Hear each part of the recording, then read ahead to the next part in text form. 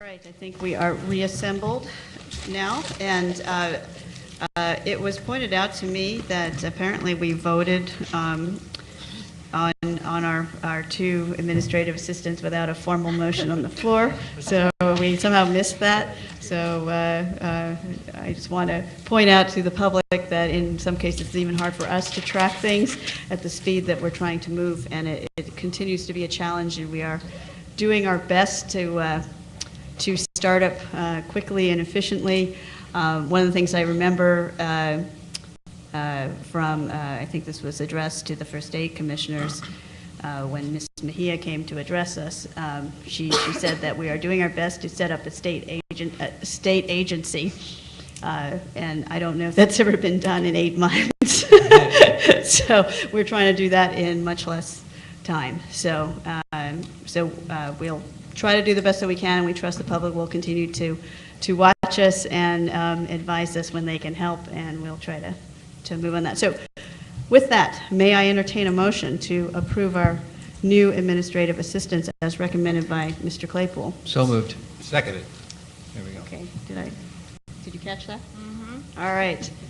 I think we have to do a roll call. Is that correct? So let's go ahead and do that as quickly as we can. Okay. Commissioner Yao? Yes. Commissioner Ward? Yes. Commissioner Parvenu? Commissioner Antai? Yes. Commissioner Columbus Malloy? Yes. Commissioner Forbes? Yes. Commissioner Filkins-Weber? Yes. Commissioner DeGiulio? Yes. Commissioner Dye? Yes. Commissioner Blanco? Yes. Commissioner Baraba? Yes. Commissioner Aguirre? Yes. Commissioner Raya? She had to leave, but I believe we have an adequate vote. Okay, thank you very much. We once again welcome our administrative assistants. And with that, I'd like to welcome, we have a special guest. As promised, we are moving into our expert presentations. Ms. Karen McDonald from the statewide database is here to help us out with some ideas about process and outreach. And I want to thank her for responding on extremely short notice to the Commission's request from last week. So please take it away. My pleasure. Thank you very much for inviting me back, Commissioners.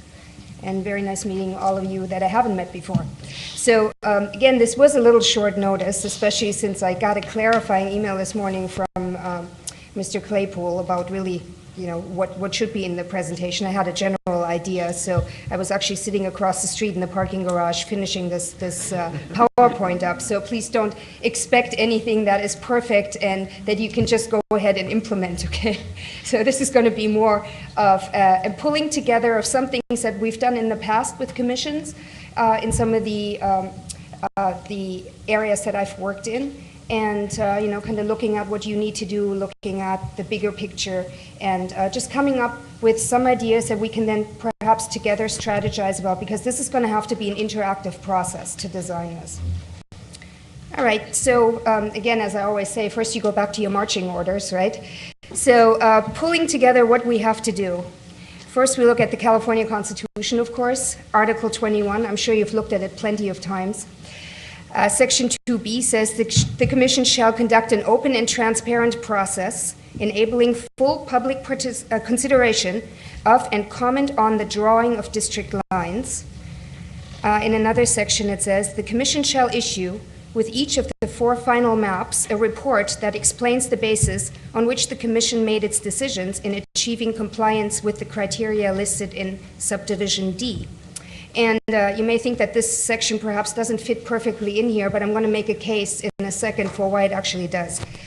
Then we go on to the government code, and I've done a little highlighting here in the various sections again. It talks about the Commission establishing and implementing an open hearing process for public input and deliberation that shall be subject to public notice, of course, and promoted through a thorough outreach program to solicit broad public participation. So again, I've highlighted kind of the key words here and the key terms that we're going to try to implement later with some sort of a strategy. In the next point, it says, the hearing process shall include hearings to receive public input before the Commission draws any maps.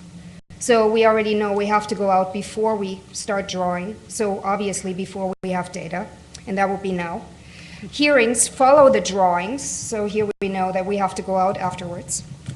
And display of any commission maps. In addition, hearings shall be supplemented with other activities, so we have some thinking to do on that particular section. What are we supplementing with? What are those activities? To further increase opportunities for the public to observe and participate in the review process. And then there's this section that talks about displaying the maps for public comment in a manner designed to achieve the widest public access reasonably possible, and that we have to take public comment for at least 14 days from the date of public display of any map. And that section really talks about our timeline, because we're going to have to work backwards from those 14 days. So let's very quickly go into distinguishing the types and purposes of meetings. And I should tell you, I have not been watching your hearings, so I'm not... I'm shocked. I know, I'm sorry. I'm sorry. I will be, over the weekend, I will be watching the podcasts.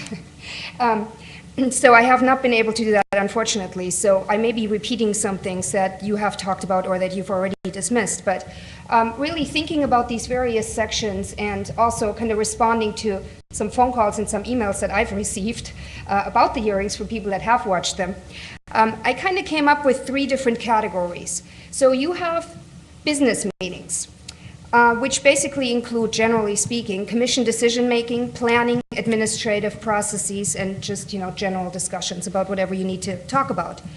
Then you have input meetings, and I put a little star up there because that's really required by Government Code 8253, as well as the outreach meetings. So this comes specifically out of the Government Code, so that's why I put both of these separately onto this particular slide.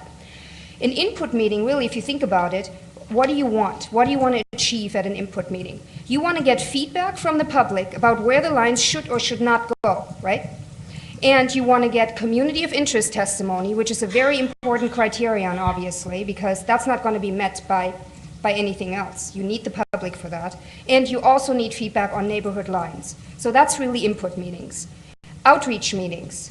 What's outreach? Just by the book. You are informing the public about the commission, about the process, about participation opportunities. Of course, participation opportunities at this point would have to be defined. We have to come up with a way to by which we will encourage the public to participate and then outline what that participation should optimally look like. And then there's educational. What is redistricting? And that's really the meaningful public input that comes in here.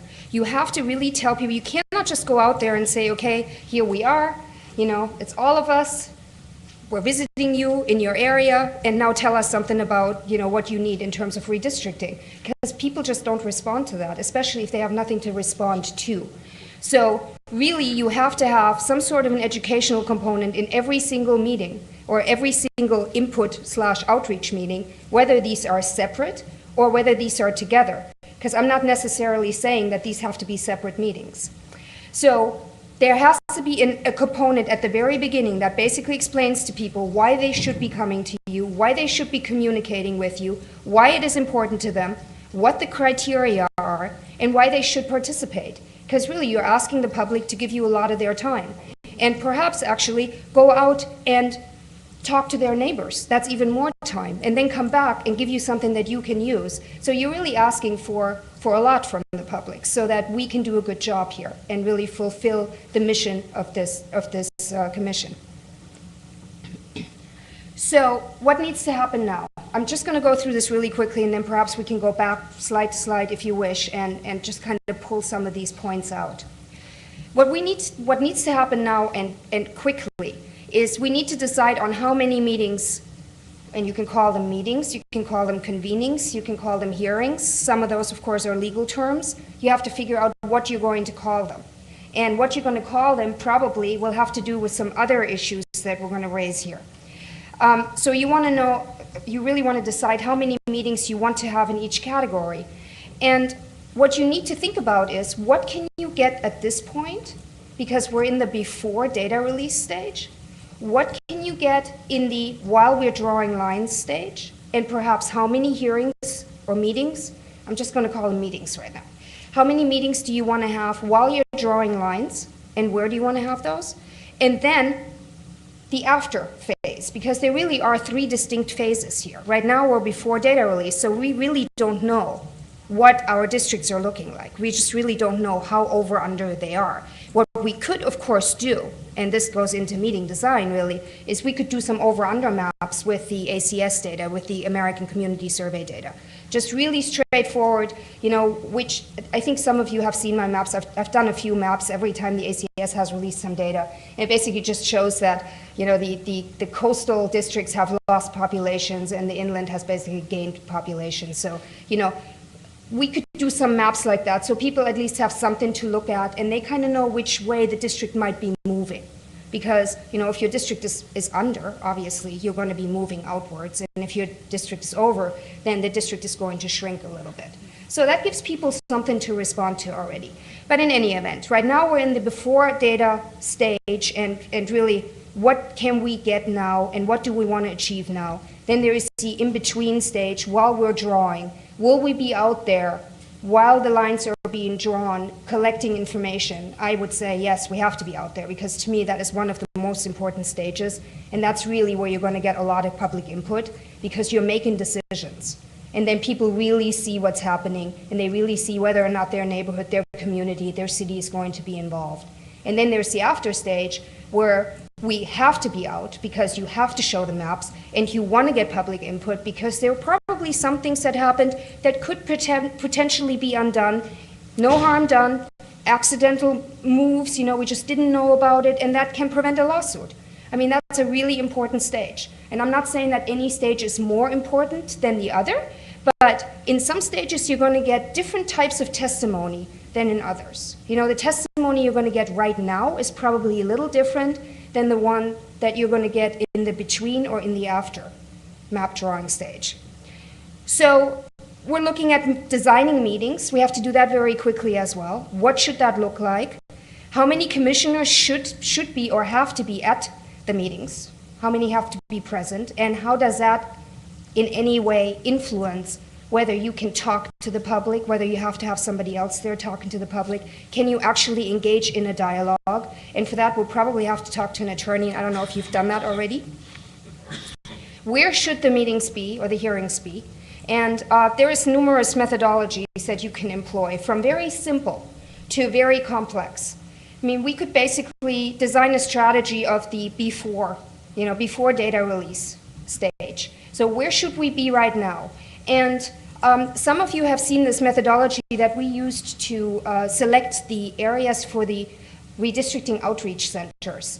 And I'll talk about that later. It's actually, what are they called? Redistricting assistance sites. I keep on using the wrong term. So redistricting assistance sites. And initially, we came up with a strategy of 8 sites.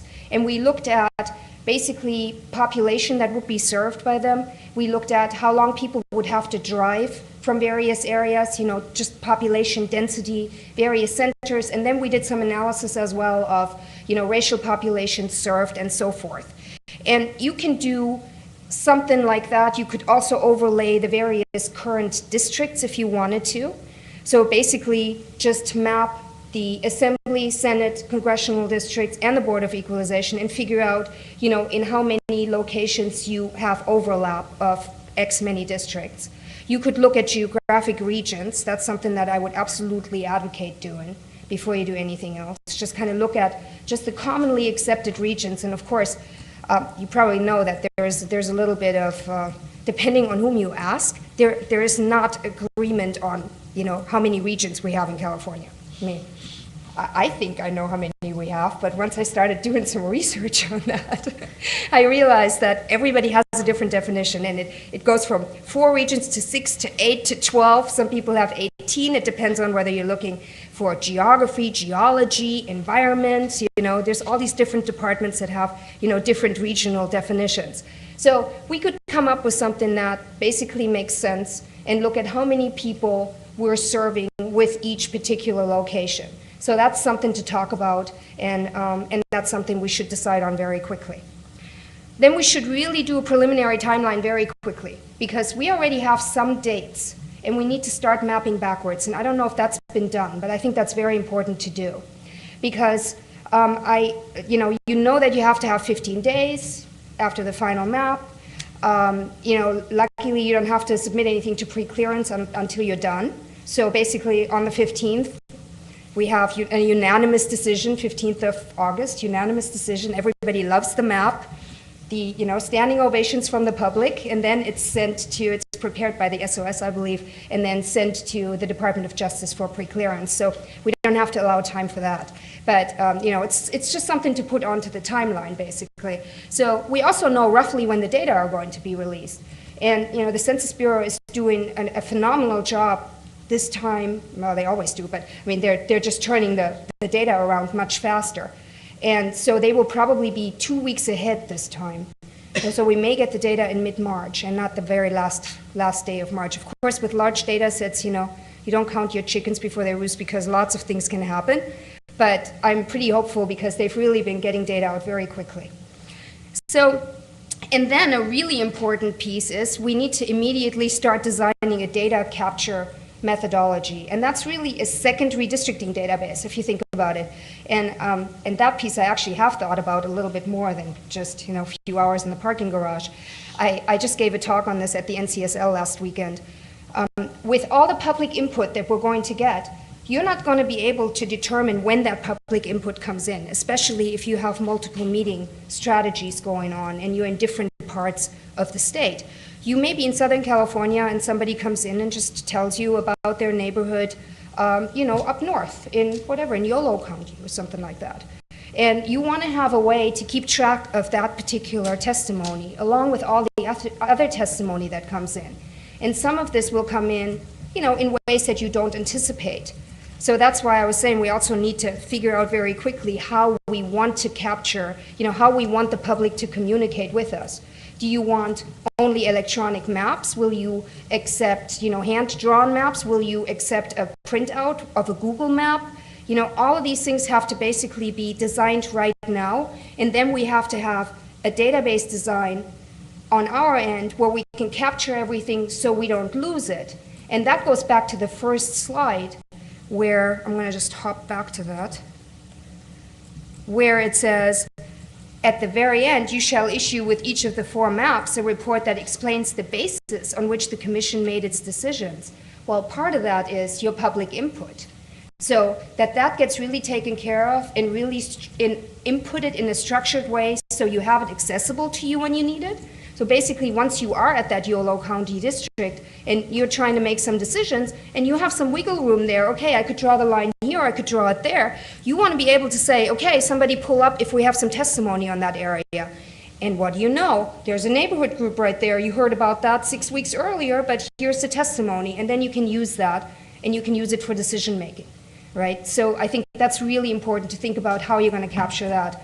And if you're going to do it by latitude, longitude, or whatever, somebody needs to really think through this very quickly.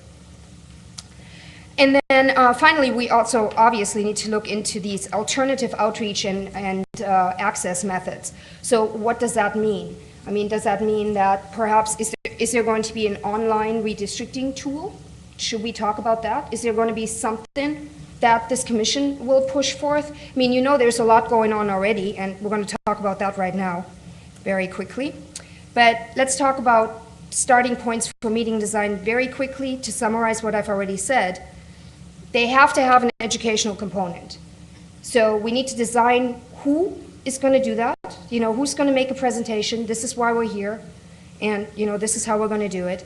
There have to be guidelines and then tools to aid the testimony. So basically handouts, design some handouts of how people should be submitting testimony in a perfect way, in a perfect world. That doesn't mean that that's going to be the only testimony you're going to get. But it's really helpful oftentimes in a process that's as complex as this one, if you can give people just, an outline. This is how you start. This is what's really helpful. So don't just tell us about, your community and what unites your community, but please let us know what streets form the boundaries of your community. Because if I don't have that, I can't put it into any data set, and you're going to have a really hard time figuring out, how to keep that community together later.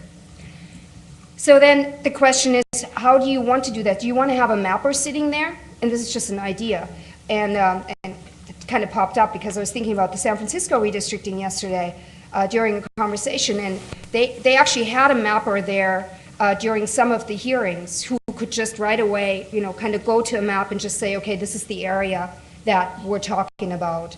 And, kind of capture that information right away. And sometimes it'll just be, I'm in this particular area, and then one of the commissioners might say, okay, can we just pull that area up on the screen so we can visualize it when people didn't bring a map. And I think that might actually be almost more important in the first stage before we have the data, because we don't have a whole lot to look at that point, because we don't have a map that we're working on at that point. So, but on the other side, if you have that, if you have a mapper and you are constantly going back to the map, your meeting will take longer. Okay, because there's always a little bit of downtime while a mapper, kind of tries to find wherever they are on the map and what people are talking about. And then there's a lot of, no, it's over to the left, it's over to the right a little bit, it's that sort of thing. So it affects whatever decision you make will really affect the time it takes to conclude the hearing or the meeting. Then really you got to think about this being a multi-step process. And this is one of those decisions about how many meetings are you going to have or how many hearings you're going to have. Is it better to go to many places once? Or is it better to go to fewer places and then go to those places multiple times? You could, in theory, have a strategy that says, okay, we're going to go to, I don't know, just give me some number, 15 places before, during, after.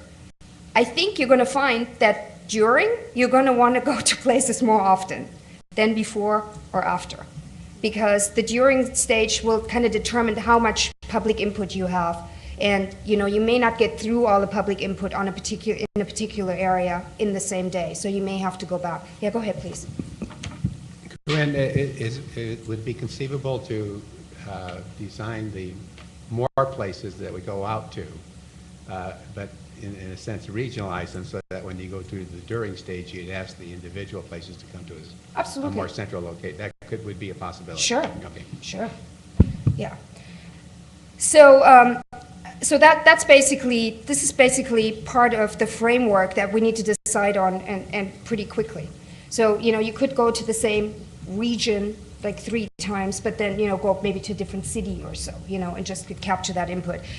I would absolutely urge you to leave a little bit of wiggle room for hearings in the middle while you're drawing, because seriously, that's really when people get engaged, and that's where you can iron out a lot of the glitches. So, no matter how many you decide right now, just leave some time for, these kinds of like last minute decisions that you need to make, where you just feel there is a need, we absolutely need to go to this area again and all that.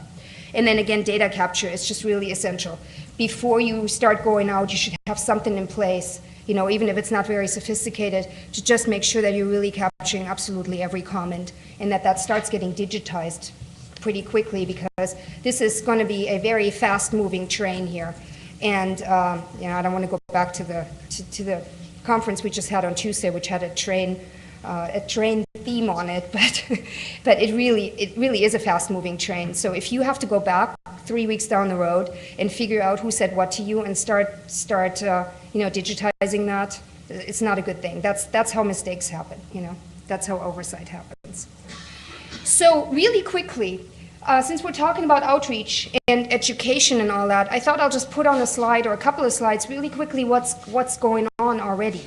And this is, I'm sure, not an exclusive list. So these are just some of the organizations that we could put together very quickly that we know of. So as you all know, the James Irvine Foundation has done a phenomenal job funding groups and just to do outreach and bring people into the process and do education and all that. So these are some of the groups that are doing outreach, and I would say as soon as you have an outreach consultant immediately needs to be put in touch with these groups to make sure that they know what each other are doing, and also to ask for advice on what works and what doesn't work. Because a lot of these groups have, with respect to this particular topic, been on the ground, so they know how to talk to people. They know their stuff. They know exactly how people are reacting at this point, and where you have to push a little bit more, where you need a little bit more time, a little less time, that sort of thing.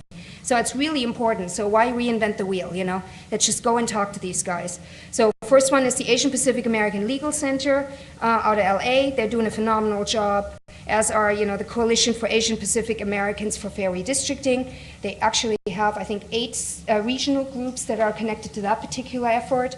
Then there's the Greenlining Institute that's out there, NALEO, the National Association of Latino Elected and Appointed Officials, Educational Fund. There is the African American Redistricting Collaborative. California Common Cause, of course, is doing a lot, and they're actually doing a lot to bridge these groups in the Redistricting California Alliance, and we're part of that as well out of Berkeley. So it's like the redistricting group at Berkeley, which is, statewide database and then Berkeley law. And then more efforts underway, and again, this is not a complete list. Who's also in the field is the Central Coast Alliance United for a Sustainable Economy, CAUSE. So they're basically along the coast, down, northern LA, that area, they're north of LA. National Association for the Advancement of Colored People, NAACP of California. Sam was here talking to you earlier. They're also in the field. MALDEF is in the field. That doesn't mean that they're all doing the same thing, There's different strategies being pursued, and a lot of these groups are working together again. But they are out there and they are talking to people. Then there's general educational outreach with, for example, the League of Women Voters of California, because they're constantly mentioning the process. There's a lot written. They're encouraging their members to participate, and they're also doing an observation process or an observation project of the process of redistricting. So there's league members that are basically observing you all, how this process is actually working. Excuse me. And then some of the local chapters are very involved as well. And the league has been really interested in redistricting, of course, in a long time. So that's also a good group to kind of touch base with. General educational outreach is also done by the New American Media and other ethnic media. They're doing news pieces on why it's important to participate in redistricting. And that's a really super important piece because they're reaching a lot of populations that have traditionally not been involved in redistricting. So that's already going is a really great thing. And I should also tell you, we've done one media training already. Up at Berkeley, we invited every journalist who has ever written anything on redistricting in California, and we had a really great training right before the holidays, I think on the 20th of December or so. It was really well received, and we're doing another journalist training here at the Press Club. I'm doing it, I think, in a couple of weeks or so. It's scheduled. So we're doing a lot to just make sure that the media know where to go and get the news, how to cover redistricting better, that they understand the data and all of the criteria, because obviously it's not just difficult for all of us. I mean, it's difficult for people that have to write on a different topic every day, So, that basically, that message is going to go out that way as well. And we have a really good group of people that really want to cover things and will help us get the word out. There's local outreach going on already. I gave a couple of presentations down in San Diego already, which is why I know about this. The Foundation for Change, for example, is very active, and then also Empower San Diego. And then finally, there's our redistricting assistance sites, and I hope I'm using the right term this time. And that, of course, I've talked to you before about. We ended up receiving partial funding for 6 sites. We're in the process of hiring site managers, and just to be brief, just in case there are people here that don't know what this is. So it's a James Irvine Foundation funded project to essentially have a technical assistance site in various regions in California so that people can come there. They have access to full-blown redistricting software, to computer technology. They can follow what you all have done, so they can go online there. They have a little space to meet with their communities to figure out what their community boundaries are. And there will be a techie sitting there who will help them use the technology, kind of figure out what the data are and how to submit the stuff. Because, these things, it's not easy. It just all takes time. So if you have somebody sitting there who can explain it to you, great. It's less people losing their patience just over, something not working in technology. I know that very well. So I think it's a good thing. Again, we're funded right now, I think, to open just 2.5 days a week. And we're open mainly, well, one weekend day and then I think 2 evenings, like late afternoon evenings, so that, people that have a job and, have something to do during the day can access the sites as well, obviously. So, but that also goes to your hearings, because when you're out there, we're thinking about the strategy of, okay, when can we get the most people in? What's the most convenient? If you're going to go out there and hold hearings or meetings, you're probably going to have to be out there when people are not working. And we were just talking to somebody in LA about how late the assistance site should stay open. And this woman was just very, very determined to let us know that it should be open until 10 because, the traffic doesn't die down in LA until I don't know when, Haven't been stuck in there very recently myself for a very long time, I can emphasize. So, leaving that center open an hour longer just to kind of give people the opportunity to get out of traffic and into the center and start drawing lines is a really good idea. But that's something you have to incorporate into your meeting strategy as well.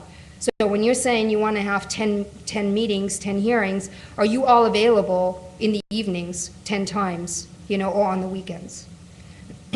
And that's it. So that's what I put together.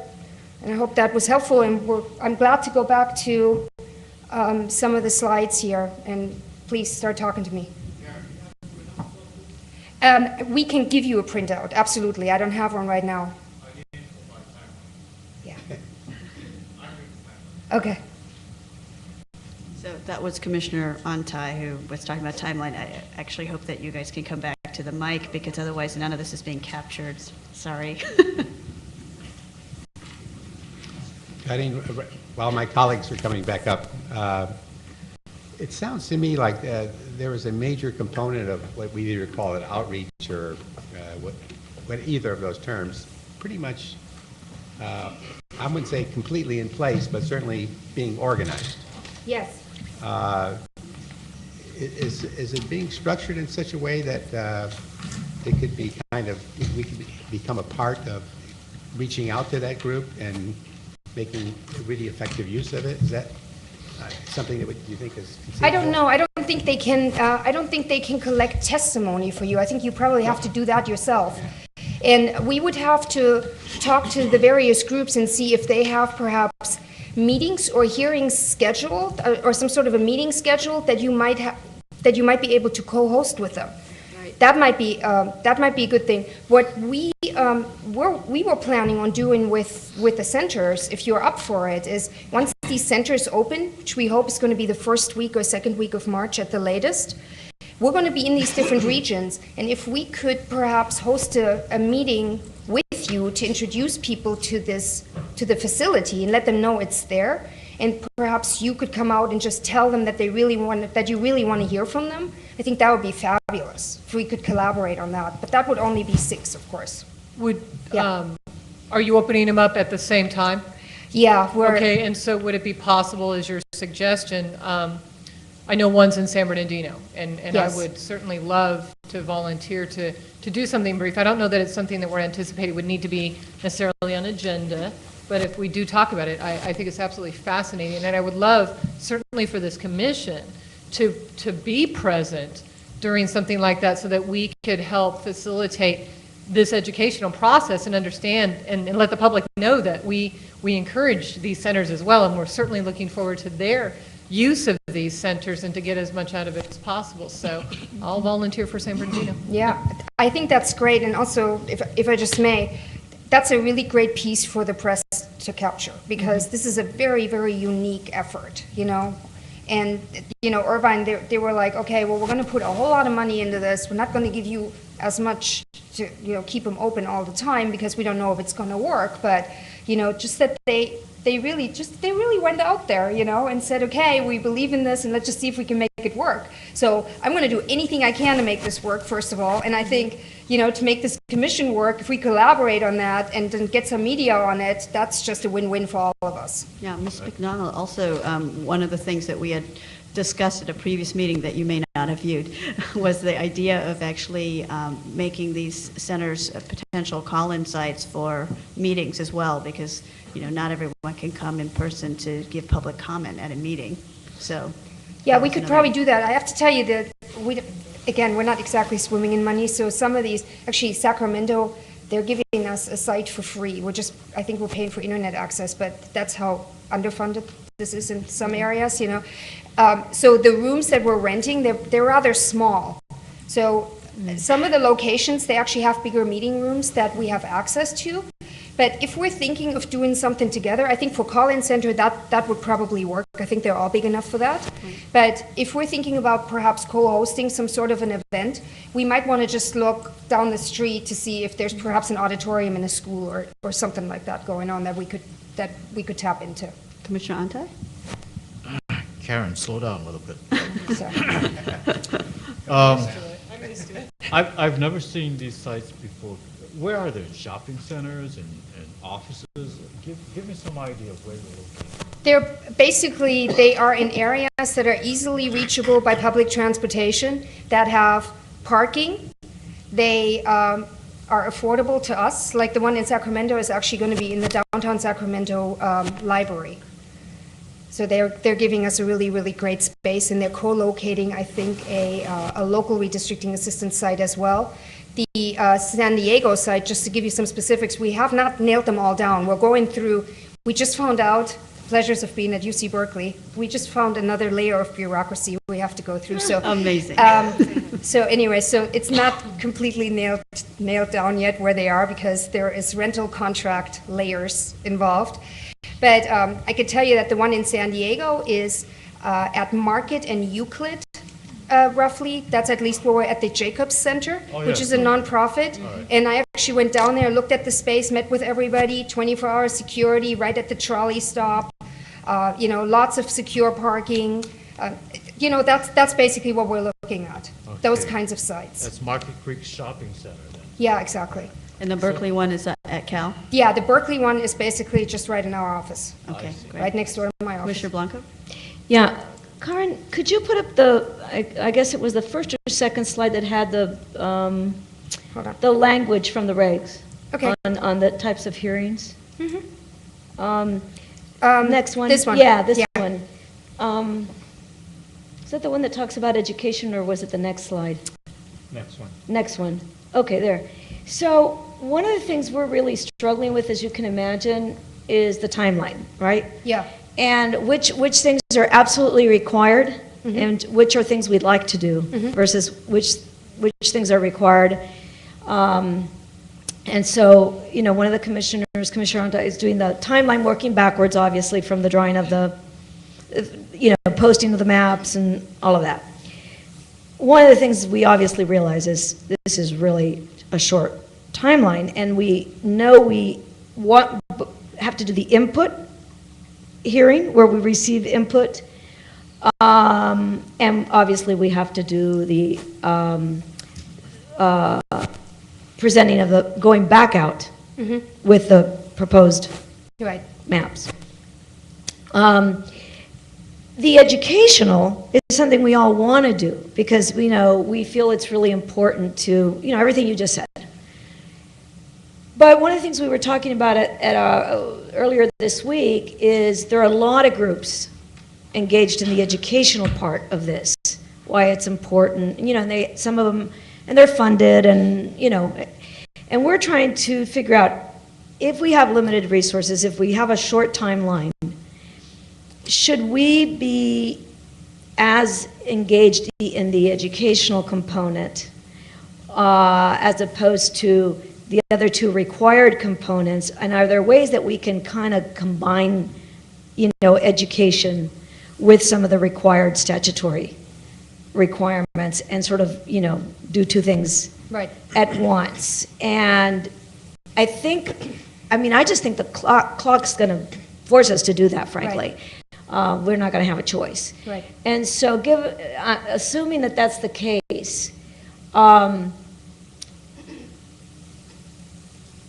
we go first to input, let's say we try and collapse input and education, right? Can that really, two questions. One, is that too much to try and do? No. Oh, I don't think so, but here's the other thing. We also talked about the fact that even to go do the input session, where we receive input, we need to know something about the places where we're going. Like you said, even at least have the survey, or something that already before, when we get there, we already know in a sense what's happening to this, in this region where we're going to go do our meeting, right? Like, are they contracting? Are they, have they lost population? Have they gained population? So that when we go out and get input, we know, we want to know something. Well, let me. So anyway, those are a lot of questions, but you see the point, which is where can we combine? And if we're going to combine and those input meetings are early on, what kind of preparation do we need to do to be able to do that? Okay, so two things really. I think there has to be an educational component to really every public hearing or meeting that you're going to do. It doesn't have to be a 2-hour meeting. It doesn't have to be, the crash course on how you become a redistricting expert. But, and also I should say, there's also going to be this website that's going live, I think, next week that we've been working on also. It's also Irvine funded, that has a lot of materials already that you can probably use. Just, put the commission logo on it, make sure it says what you want it to say, and start using it as handouts and also put it on your website. So there's a lot of explanations on how to do that. So that's one thing. You can just give a brief overview. This is what we're doing. This is why we're here. It doesn't have to take more than 10, 15 minutes. And you've just educated people. You gave them clear guidelines of what they need to tell you, what you need from them right now.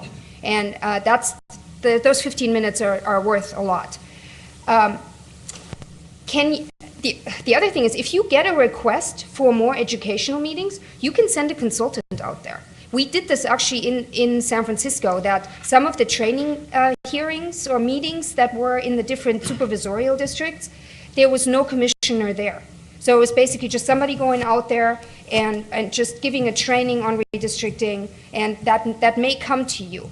And then you can just send somebody down there just to give a training if that's necessary. And if that need cannot be filled by one of the other groups that they may be able to tap into, or the educational materials that are out there. I don't think that request is going to come up very often, because I know how often I get requests right now. It's a lot, but it's all being taken care of at this point. But there may just be... You feel there's a lot of coverage? There is pretty good coverage, but once we really start going, there may be more of a demand, but at that point there's also a different infrastructure in place. I just think that you cannot go and not have any educational component in any of these hearings, because you're going to leave people behind. Okay. Right? Commissioner Filkins. Okay, so that's the first part. So the second part was, what was the second part? What do we need to know? Okay. Before we go out and receive input? So again, I think you can do an over-under map if you want to. I don't honestly think you need to know too much about that area, because you're going to find out about that area once you're there. People are going to come and tell you about it. And there are some things, and this is part of what you really want to gather and what you really want to get from people. Is it really a good idea to ask people to submit an entire district? I tell you, a lot of people that have drawn statewide districts for California will tell you it's probably not that good of an idea to ask a community group or just a regular citizen or just participant to just submit one district, because it's such a puzzle. And they may not know the entire district. So they may be just drawing the district just because you asked them to. Really, there is a piece that they know very well that they want to keep together, but then everything else around it is just what they're guessing. And then you're going to ignore that district because it doesn't fit into all the districts that you've already drawn, because it doesn't fit in perfectly, and you're going to ignore that particular testimony. I would say for 95% of people, it's probably the smartest idea to just submit their neighborhoods, their community of interest boundaries, to tell you perhaps if they want to do more, they can tell you what other neighborhoods they could be put together with that would make sense in a district, but essentially give us smaller building blocks, So that's basically something that I think you should get from a public hearing. And if you approach it like that, then you don't really need to know whether that district is going to grow and shrink, because really what you just want to know is what should be kept together, and that's what you're communicating. But again, it's always nice for people to have something to look at. And part of the educational component could be, okay, here's an over-under map, very straightforward, ACS release data, and we know that these districts are going to have to shrink, so this is likely the way the line is going to move. Is there something in this particular area that you can tell us? Are there any neighborhoods in this particular area that may be affected when this line moves inward rather than outward, that sort of thing. I think that's a really good thing to do. That's really straightforward. Is a really, that's like 15 minutes for a good map. Okay, make an hour for a good mapper to just do that. And then you can just kind of zoom in and then you know something. Thanks a lot. Does that help? Yeah, it helps a lot. Okay. Commissioner Filkins-Weber? 2 questions. You had mentioned about a website that's going to be released. What is that website, next week? Yes. If I'm putting you on the spot, I'm going to have to email apologize. you. It's Okay. the Redistricting California website, and I have to send you the, And I'm sorry, that's sponsored by? the it's state- Irvine. Oh, It's James Irvine Okay. Foundation, basically, yeah. The other question that I had is, you made a recommendation, and pardon me, I wasn't here for the commission meetings last week, and it might very well have been something that's discussed, but this is a huge area that I don't see staff necessarily considered by this commission just yet. Not certain if it's subject area for any of our subcommittees, but it is capturing this data and this capturing methodology. Right. You said that we need to figure out how to capture this information. You also had used the comment of digitizing comments and, basically slowing down this fast-moving train. What are some of your recommendations about possibility of the staff that we need? We're right now in a situation where we're considering staff. Can you provide us some of your insight as to what staff you may recommend that we might need at these meetings to capture this public information? Well, for one, you're going to have somebody capturing public input anyway, because you have to have a transcript, right? Sure, but then I mean, to if you limit have, the time that somebody would have to go through a transcript after the fact. right, no, that's what I'm saying. So basically, I think you have to have just a mapper there. I mean, once you have a redistricting consultant on staff, they come with mappers. So you have to have just a mapper there if that's what you decide to do, and then that mapper can basically look at it. And depending on how fast that testimony comes in, you may want to add a second mapper, but, I would start just with one just to see how it goes, digitize that information, and then just keep track of it. I mean, designing of a database like that is kind of pretty straightforward. I mean, there's going to be a few pointy heads in the same room and just kind of figuring out, do we do it this way or that way? And once you have it, it's there. So I don't see that as too big of a problem. Okay, great, thank you. Yeah. Okay, Commissioner Yao? When you mentioned the over-under map, Yeah. I think you're making an assumption that we are going to start off with the existing map.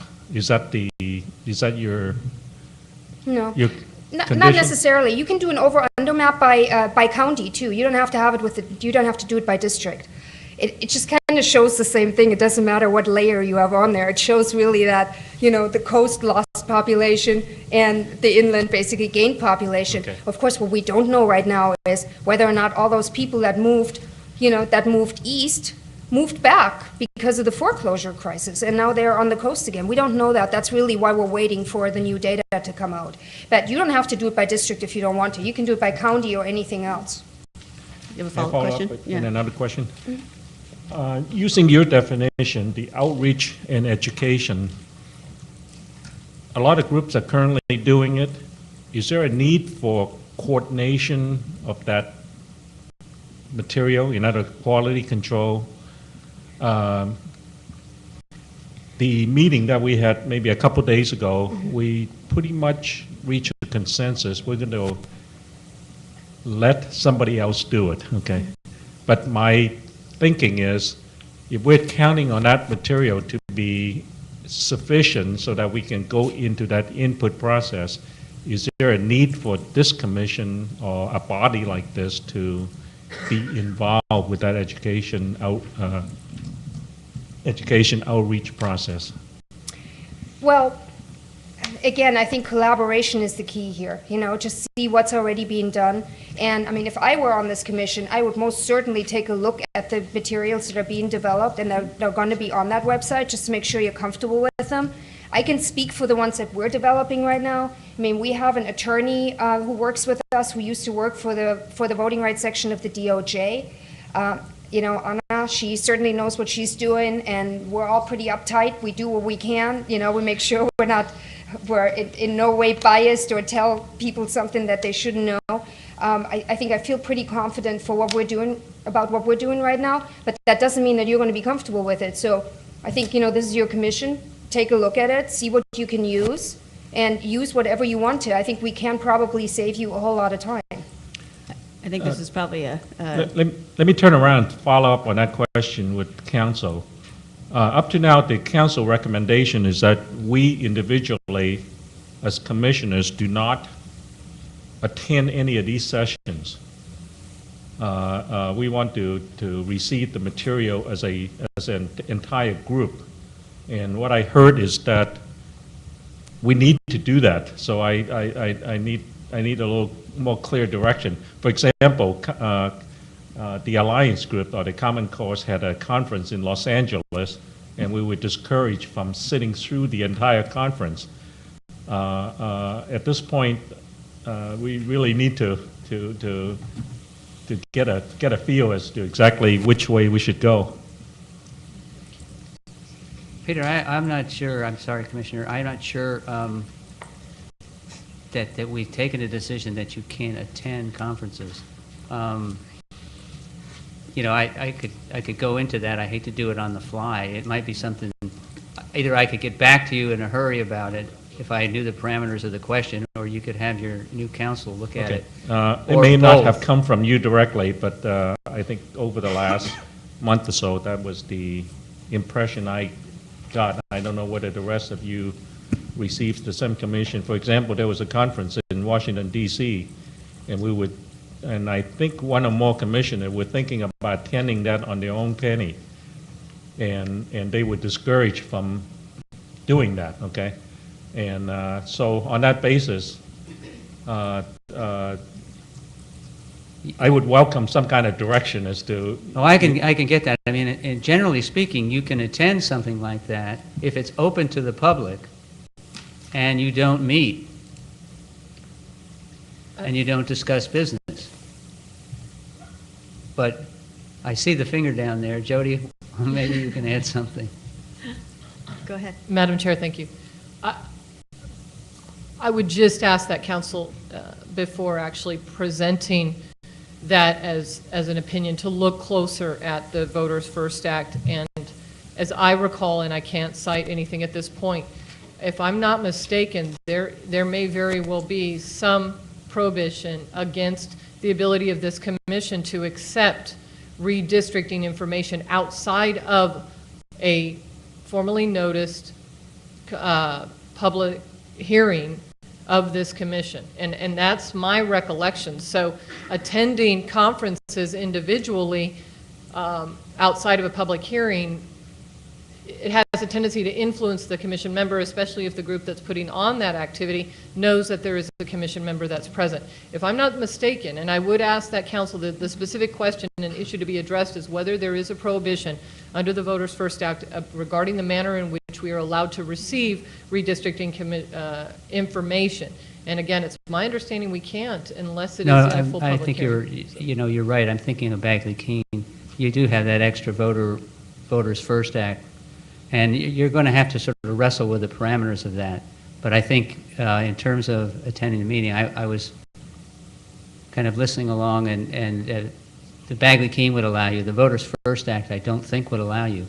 And we just have to deal with that as you go along. It's sort of an unfortunate way of keeping you from information, but it does say specifically you can't communicate or be communicate to or could be communicated from somebody outside a public meeting. So that would mean that you could not do that. And that, I think, is what Commissioner Yao was referring to and why you were discouraged from going to those meetings. In terms of, and we have to deal with that in terms of written information that is given to us too. It has to become to us in some fashion so that it's through a public meeting. That's why what we're doing is accepting it and then putting it on a website.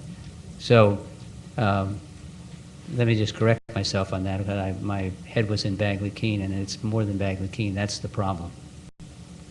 Okay, I think Commissioner Aguirre had a question, and then Commissioner Ontai. Sure.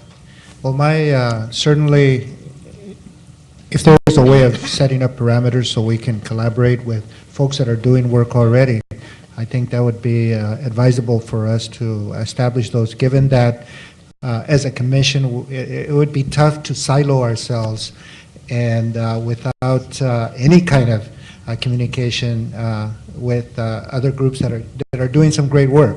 And certainly these 6 agencies that are moving forward on the educational front, it would be great for us to know, at least to be aware of what is it that they're doing and how they're doing it. But going back to the information presented by Ms. McDonald, we were told, or it's my understanding, that we could not begin drawing until the outreach was completed.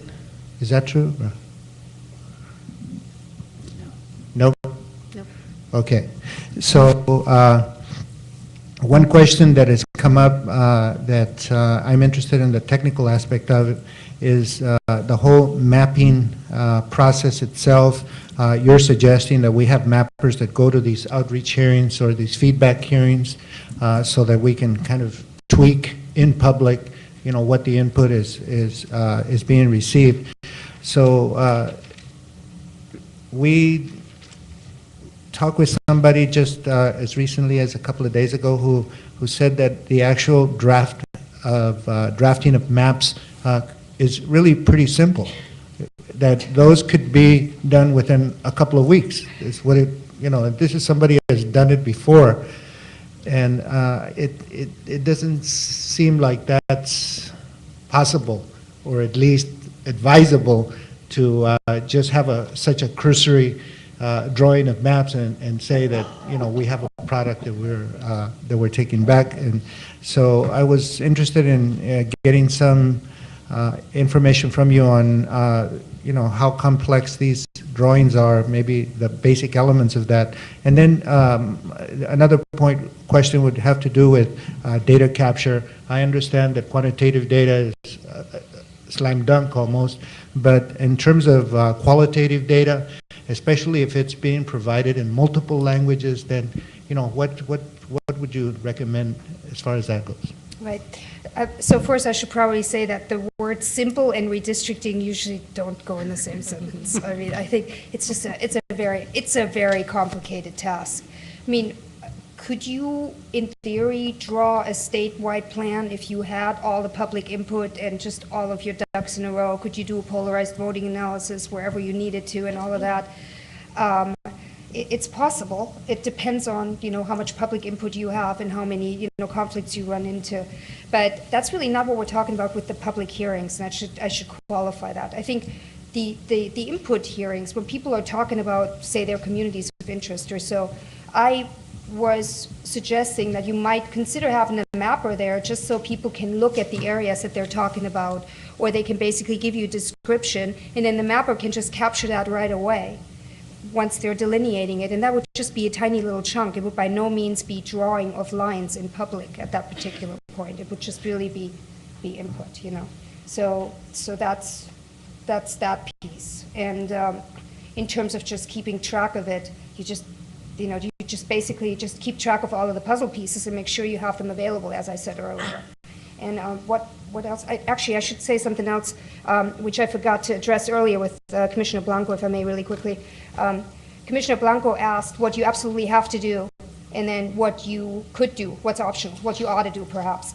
And really, if you're looking at the Constitution and you're looking at the regs, at the guidelines, you have to do before and you have to do after. It doesn't talk about in between. And what I was suggesting to you is that the in-between stage is actually a very important one, because the in-between, while you're already drawing, I mean, you may be getting some input. Let's just say you decide you're going to start drawing up north, and then you just work your way down, and you get a lot of input. You give that input to your mappers, and you start constructing districts that way. You get public testimony on every step of the way, basically. Let's just say you have a lot of input today. Mappers go home, implement all of that, see how, you know, total population and all the different criteria work out. You know, are we going to have a problem? Is there some sort of Voting Rights Act testing that we need to do? Could we perhaps keep more cities and counties together if we were to do X, Y, and Z, give you some suggestions, that sort of thing. Next hearing, you come back, you say, okay, let's look at the maps, what have you done? You know, mappers present that basically. Here's a basic outline of, you know, the implemented testimony that you've received and the things you wanted us to do. Here are some of the options, here's some of the feedback. You make some decisions, you get feedback on that. So that's kind of how it could work, you know, and that's the in-between stage. That's when people really see the way that the map is being constructed. To me, that's a very important one, because that's the part that really makes sense to people, because you're not just throwing an entire map up before the public, because there's so many components in that map. There's so many cities, so many districts, so many counties, so many different aspects to absolutely everything. You know, it's just overwhelming to actually look at an entire map and really say, okay, this is a good map. I mean, there's always a map that's good for somebody, and it may be bad for a whole lot of other people. You know, taking it in components and really communicating that and getting feedback on every piece you're doing, I think is a good way to communicate with the public. And in my opinion, that's really the piece that keeps you out of court, hopefully. Thank you. Commissioner Antai? I want to go back to Commissioner Yao and Commissioner Weber's comments. And this is a good case in point. I'm going to be making some opening remarks tomorrow morning at the Asian Pacific American Redistricting Conference. And this conference is being sponsored by 3 of the organizations that you mentioned. And I'm going to be there just to give encouraging remarks and to tell them that we want them to participate in that process. And we'll look forward to their coming before the commission and suggesting alternative maps. But I don't want to be there for the remainder of the event, because any information that I receive at that point, I would consider to be ex parte information, not privileged to the rest of you. So that's the reason why I think we have to be careful in setting these guidelines. Thank you. Commissioner Blanco? So, mapping it all out. I think the point you made is really key, and I don't know that I understand it, about getting public testimony all along the way. Okay, so in other words, that part I understand to mean don't just present a final map at the end, even if it's to different communities. You don't go around and say, here's the map, and, right, and get feedback. So you've got the initial input phase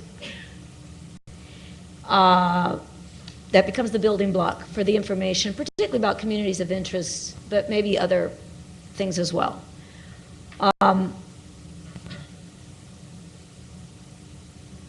What happens, say, with that community that you went to where you received input, and then you've got the map at the end? Are you, in this in-between process, which I seems to me intuitively you're right, you can't just, you've got to go back once in between. Is that another layer of hearings or meetings, or what is that? Or how does that look on the timeline? Do you understand my question? Yeah, I think so. I think the way it looks on the timeline is, well, actually, let me back up.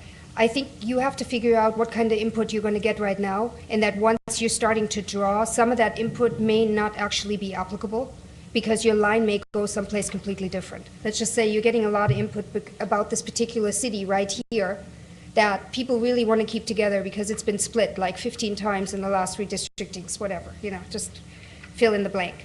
And, but once you get the population, you realize that that city is going to be kept together no matter what, because that's just the way the population breaks down.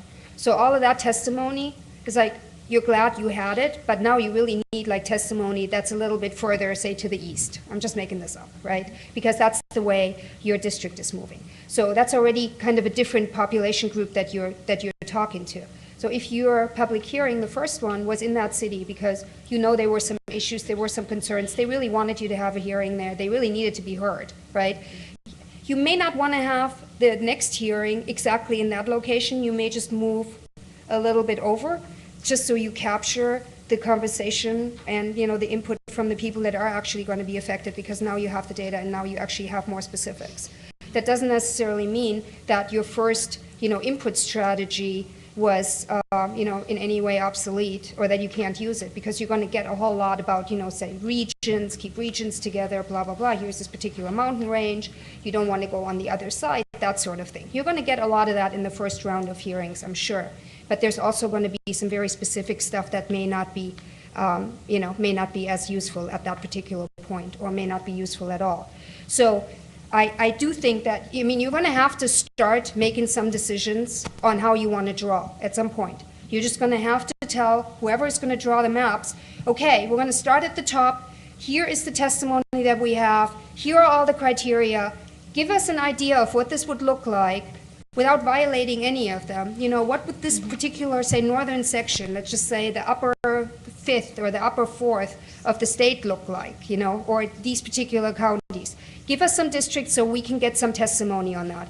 So I don't think you want to be in the south when you're talking about the northern districts. You know, it helps you to basically figure out where you're going to be, because people from the north hopefully will not have to go to San Diego to give you input, right? If they really want to talk to you, because sometimes in person you can make a whole, as you know, much more forceful presentation and really, you know, get your point across a whole lot better than if you're just filling out, you know, a piece of paper, or you're sending an email, or you're sending a file, you know, and really just explain it and kind of just respond to maybe what comes up. So I think that makes sense to me, that you would basically just start at some point, look at the districts, get public testimony, and then, you know, keep on going like that through the state. But that's just a suggestion. There are many, many different ways to redistrict California. You could start with, you know, the Section 5 counties and just see how that works. There could be a multiple strategy that looks at Section 5 counties and some of the regions at the same time, you know, and we can figure that out. But I think what you have to do right now, though, you know, hopefully before you go home today, is figure out how many meetings and, you know, what regions. And, you know, if you want me to come up with some sort of a strategy of, you know, where these could be, or give you something to kind of bounce ideas off of, we could probably turn something around over the weekend and just look at populations. Give me some basic criteria, and then you have a map to look at. You can figure out, you know, how many evenings you are available, how many of you have to be there, figure all of that out. Perhaps the commissioner who's working on the timeline, you know, can factor some of these things in, and then from that process we can figure out how many meetings we can have, or how many hearings we can have before the data come out. Thank you very much. Yes, and actually, Ms. McDonald, I was going to say, you know, based on the commissioner's previous discussions, we had talked about 50 as order of magnitude of these input meetings. Before, followed by regional meetings after. So you're laughing. That's good. That's helpful. No, you're not sleeping. You're not planning on sleeping at all, are you? So now we did talk about splitting up. So it's divide and conquer. We've talked about having 3 commissioners per. So it would be very helpful for us to get a reality check on this, because it was probably not based on your wealth of experience. Well, you know, especially because we have to develop, you know, a bit of a meeting design and perhaps a handout, you know, just you have to make decisions of what you want to tell the public on how you want to, you know, how you want to receive public input and all that. So that'll take a little bit of time. Then they have to be noticed. We have to find proper places. I mean, logistically, I don't think that's possible, I have to tell you. That's helpful. Oh, boy. I don't know. Can I tell you next week? Sure. Let me think this through. Yeah.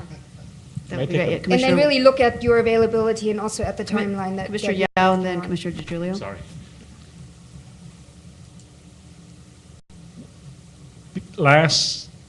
Earlier this week, before we had this presentation, we truly were thinking about 50 meetings before we start drawing the line, okay? In light of the fact that you said that some of the data may be early, so we're basically looking at between now and mid-March, for example, okay?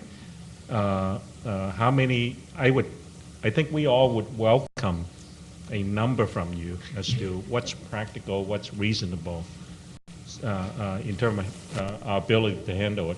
Number 2 is, what kind of questions have been asked previously in similar type of situation? Maybe it may not be a state redistricting, but some of the other redistricting experiences.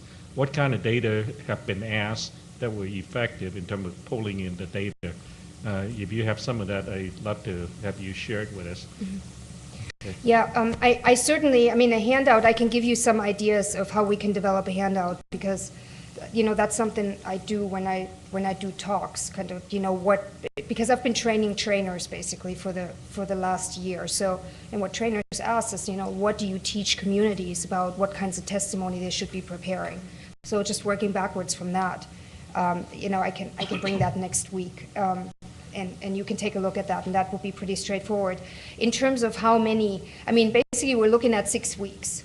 You need 10 days to notice a hearing. You have to find places. There's some logistics in there, and I know we have some outreach people right after me, and I think this may be a conversation that needs to be held between, you, the outreach person, and then, perhaps us when we come back with the map of the various regions and give you some ideas, or the various places. And I think what I would like from you, though, to be able to really respond to your questions is some idea of whether you would want these, if you want me to come up with some suggestions of how these locations would be best selected given the time constraint. I don't think you want to have a hearing every night for the next 6 weeks. I think that's too much. I think there's something about, quantity and quality. There's a little bit of a trade-off, and we don't all want to be burned out already. There's only so many of you, and even if just a subsection of you goes to each one of these, it really, it's a tremendous amount of work, especially since you're probably going to keep on doing it until, the end of July, and maybe even longer. So, and given what we talked about, that there's really 3 different sections here to hearings and collecting public input, before the data come out, the in-between stage when you're drawing, and the after, I would say that perhaps save some of the 50 for, the in-between stage, maybe, and also factor in that there may be some emergency meetings where you just become aware of a particular conflict that you want to resolve, so you want to go back out. So there has to be some sort of an allowance made for that. So honestly, I'll give you just over the thumb what I think you can realistically do and realistically do well before the data come out. Just kind of right now, max 10 to do it well. That's helpful. Commissioner DeGiulio? But that's without looking at the data. Okay. I guess I was just going to suggest throwing out some additional information for Ms. McDonald, that I think part of the reason we come to 50, just so you could kind of know our reasoning for that, was maybe when you developed some recommendations, was we were hoping to get beyond just the typical large regional areas, and what we really wanted to do was to reach out to places that typically that are always asked to drive that hour to 2 to 3 hours just because they're not centrally located. So I don't know if that's going to be reasonable based on your recommendation, or if we just have to be realistic. But I think originally 50 was just for that reason of trying to do as much outreach to underserved areas as possible. Okay, I think that's a really good thing to keep in mind when we're looking at it. Yeah. The other thing we talked about was after an initial batch of these smaller meetings, was that we would go to a more regional approach for the follow-up meetings. Mm-hmm. So I would probably flip that. So because sort of the initial meeting was sort of a little bit of show the flag. Right. No one goes to Eureka and no one goes to Susanville, but that we didn't know how much worth it was going several times to those kinds of places. Mm-hmm. So that was the concept we talked about, was having multiple regional meetings, having done one set of outreach in smaller communities.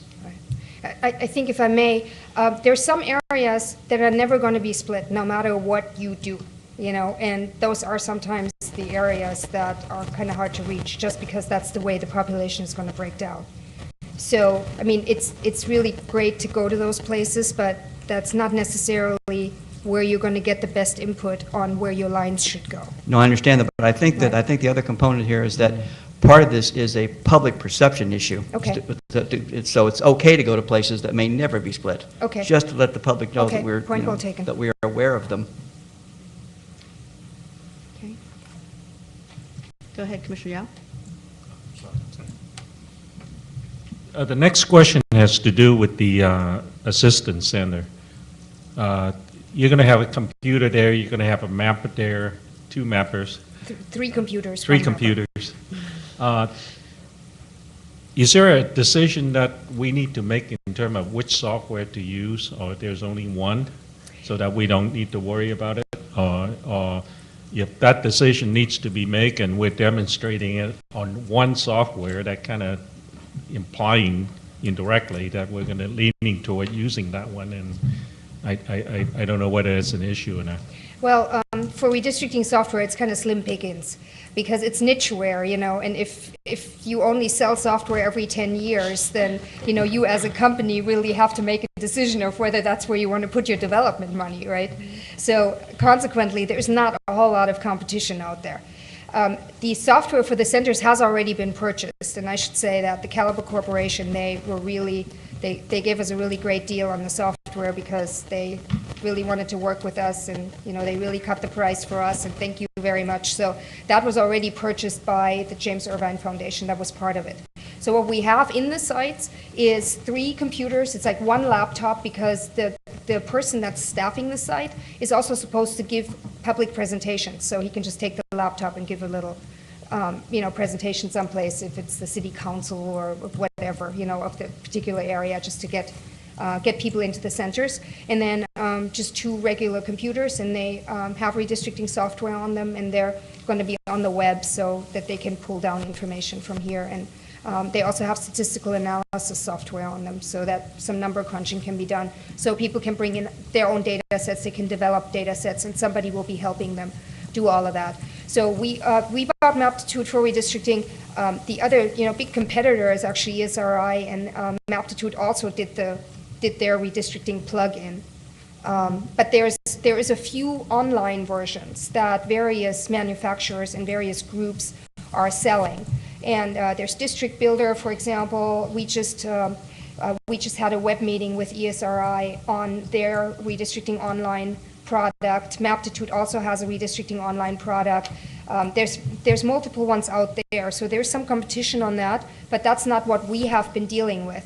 You may look at that and say, we want this in addition so that people that sit at home can draw lines. But with respect to the centers, that's not an issue, and that's not something that you need to make decisions on. If you wanted to help us fund the centers a little bit more, if you wanted to throw some more money into staffing of the centers so we can keep them open a little bit more, that might be a good thing to do. Because I've been running around and asking everybody for money and nobody has any, so, and that would be a pretty easy, way to kind of increase the amount of time by which people can get some help. And of course, they can We're call also us looking for money ourselves. Yeah, no, I know, but, no, I know, I'm not, I didn't mean personally either, so, I just, and I don't know how you're going to develop your funding request, or if anybody knows any funder who perhaps wants to give us some more money just for the staffing. I mean, it's really not a big amount of money, but, it would just help. Commissioner Ward and then Commissioner Antai. Thank you. Your presentation has been very informative, very helpful. Thank you for taking the time. I'd just like to quickly, since this is the first time I'm getting this presentation, recap, make sure I have a good handle of what your recommendations are for us today. Basically, as I understand it, your off-the-cuff recommendation would be in this beginning stage, a 10 to 15 approximately regional approach to going out and gathering public input. And then an intermediate stage whereby, as we're drawing maps and we see potential conflicts or areas of concern in splitting, that we go and make targeted visits to those areas to determine the effect of our proposed lines. And then in the later stage, we have a map presentation stage where we would go and, again, I would presume, from what I understood, target areas most affected by our recommended lines. Is that? I think in the later stage, you probably want to go pretty much everywhere because everybody is affected by the lines because you have a complete map, right? But we can talk about that once we get there. I would just say that you probably will collect public input at every single stage, and it's just going to be slightly different depending on where you are in the process. But aside from that, yeah, that's pretty much. Okay. In the intermediate stage, then, is there, as we're doing our initial public outreach and we're providing the education piece and we're informing those communities of all the resources available to them to provide input and, again, to become educated, if we provide them with the website information and the tools to understand and follow up themselves on what's happening with the redistricting process as it happens. Would that eliminate some of the burden of that intermediate stage of going out and visiting these areas? I think it's all going to aid. I think you have to just be kind of flexible and see what happens, because honestly, at this point, you know, your guess is as good as mine on really what's going to happen until we have the data and see how it all works out. We just really don't know. We just don't know. Thank you. Okay, we only have about 3 more minutes, so Commissioner Antai, and then Commissioner Filkins-Weber. Karen, you said you had 8 sites right now? No, we have 6. We started with 8, but Okay. we only were Now, how do funded you for 6. promote those 6 sites? How does the community know where they are? How do you let them know it's there? We're basically, well, I've been doing outreach with all of these groups that I've been listing, and everybody knows about them, so we're trying to get the word out via the press. Been talking about it for a year now, but we haven't had the location, so that's made it a little bit more difficult, but we've had the basic structure, of course, and we knew which city they were going to go in. We just don't have the precise location, right? So that made it a little bit more difficult. But essentially, we're working through most of the groups and the media. And, you know, I give a lot of talks right now, and every time I give a talk, I talk about this. So I even actually interrupted the keynote at the Tuesday conference to make sure people knew about these centers, so. Thank you. Can I ask where the centers are? Yes, they are in San Diego, Los Angeles, San Bernardino Riverside area, Fresno, Sacramento, and Berkeley. And then Commissioner Filkins-Weber. Thank you, Corinne. I certainly appreciate it. I wanted to address the comment that was made by Commissioner Yao, and I was correct. I did read this someplace. And I'll just read it, and again, just want the public and obviously the commission members to know I don't serve as counsel for this commission, and I certainly look forward to Mr. Miller's interpretation. But the Voters First Act has not been interpreted by any judicial authority, and certainly it's subject to any interpretation. But 8253, subsection A, subsection 3, specifically states, commission members and staff may not communicate with or receive communications about redistricting matters from anyone outside of a public hearing. So I did read it someplace, and that certainly can be interpreted as to what receiving communications means, but we certainly have set up our experts to come in and provide us this detailed information in open public hearings. So I certainly appreciate Commissioner Antai's public statement that he will be conscientious of receiving information and limit his welcoming comments on his meeting on Saturday. But this is what I'm looking at, and certainly we can ask our counsel to give us more detailed legal opinion concerning that, but maybe we should err on the side of caution at this point till we obtain a full opinion regarding that. Thank you. Commissioner DeGiulio? Could I just ask you, the beginning part of that, did you say that it says communicate with and It receive? says both, or. So what would you, I mean, So in other maybe words- it's not for now, but I'm just concerned, what is, it brings to mind, what does communicate with? Because does that mean, what level of communication? Is giving a talk a form of communication? Well, again, I looked up the word communication here. It's not defined under the code, and maybe we can ask for further detailed legal opinion from our new chief counsel. But it does say commission members and staff may not communicate with. And there is no punctuation, but then it says, or receive communications about redistricting matters. So the way that I interpret it, just briefly off the cuff, is that we can't provide or communicate with members of the public regarding redistricting matters outside of a public hearing. So for instance, if we are in the public, or if I were to attend a welcoming meeting at one of the redistricting centers, I cannot communicate with somebody regarding redistricting matters outside of a public hearing. So I certainly could thank the members of the public regarding their interest, but I certainly cannot communicate with them regarding redistricting matters, and that's what it says. So communicate with or receive communications about redistricting. So I see it as a two-way street. Receiving information from the public outside of a public hearing appears to be prohibited, as well as our communication with the public outside of a public hearing appears to be restricted. But again, I certainly will ask our chief counsel to comment further. Well, we have a to chief assist counsel us. here, and he would like to comment. Let Oh, me just certainly. reinforce that. When you, Commissioner Filkins-Weber, when you raised your hand earlier before you, as I indicated, I had my mind in Bagley Keene. But we tried to give people this advice early on when you were getting contacted by the press, and what we have sort of advised. And you're correct, this has not been interpreted, and to some degree, you and your council will have to figure out how you interpret some of these broad stroke provisions. We have sort of said so far, and it's up to you whether you want to continue with that, or that if you went to one of these events, you could make brief comments encouraging people and talking about your service on the commission and that sort of thing. But you couldn't talk about redistricting needs or what you were going to do or what communities you were going to look out for or any of those kind of things. And you were supposed to, when you encountered people, in some way politely indicate, you know, part of the law is that I can't communicate with you privately, and you may have something very valuable to say, and here's how I encourage you to do it, and encourage them to do it in a public fashion. And so that's what we've done in terms of information coming in. Again, you know, you may want to explore this further with council, because but that's where we've drawn the line so far.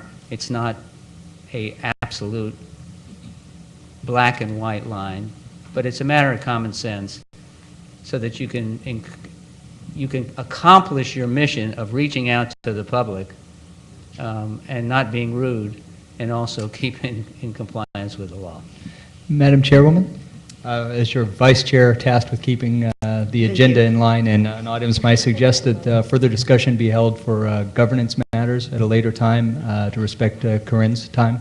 Thank you very much. And actually, Ms. McDonald is actually finished because we have another speaker coming up.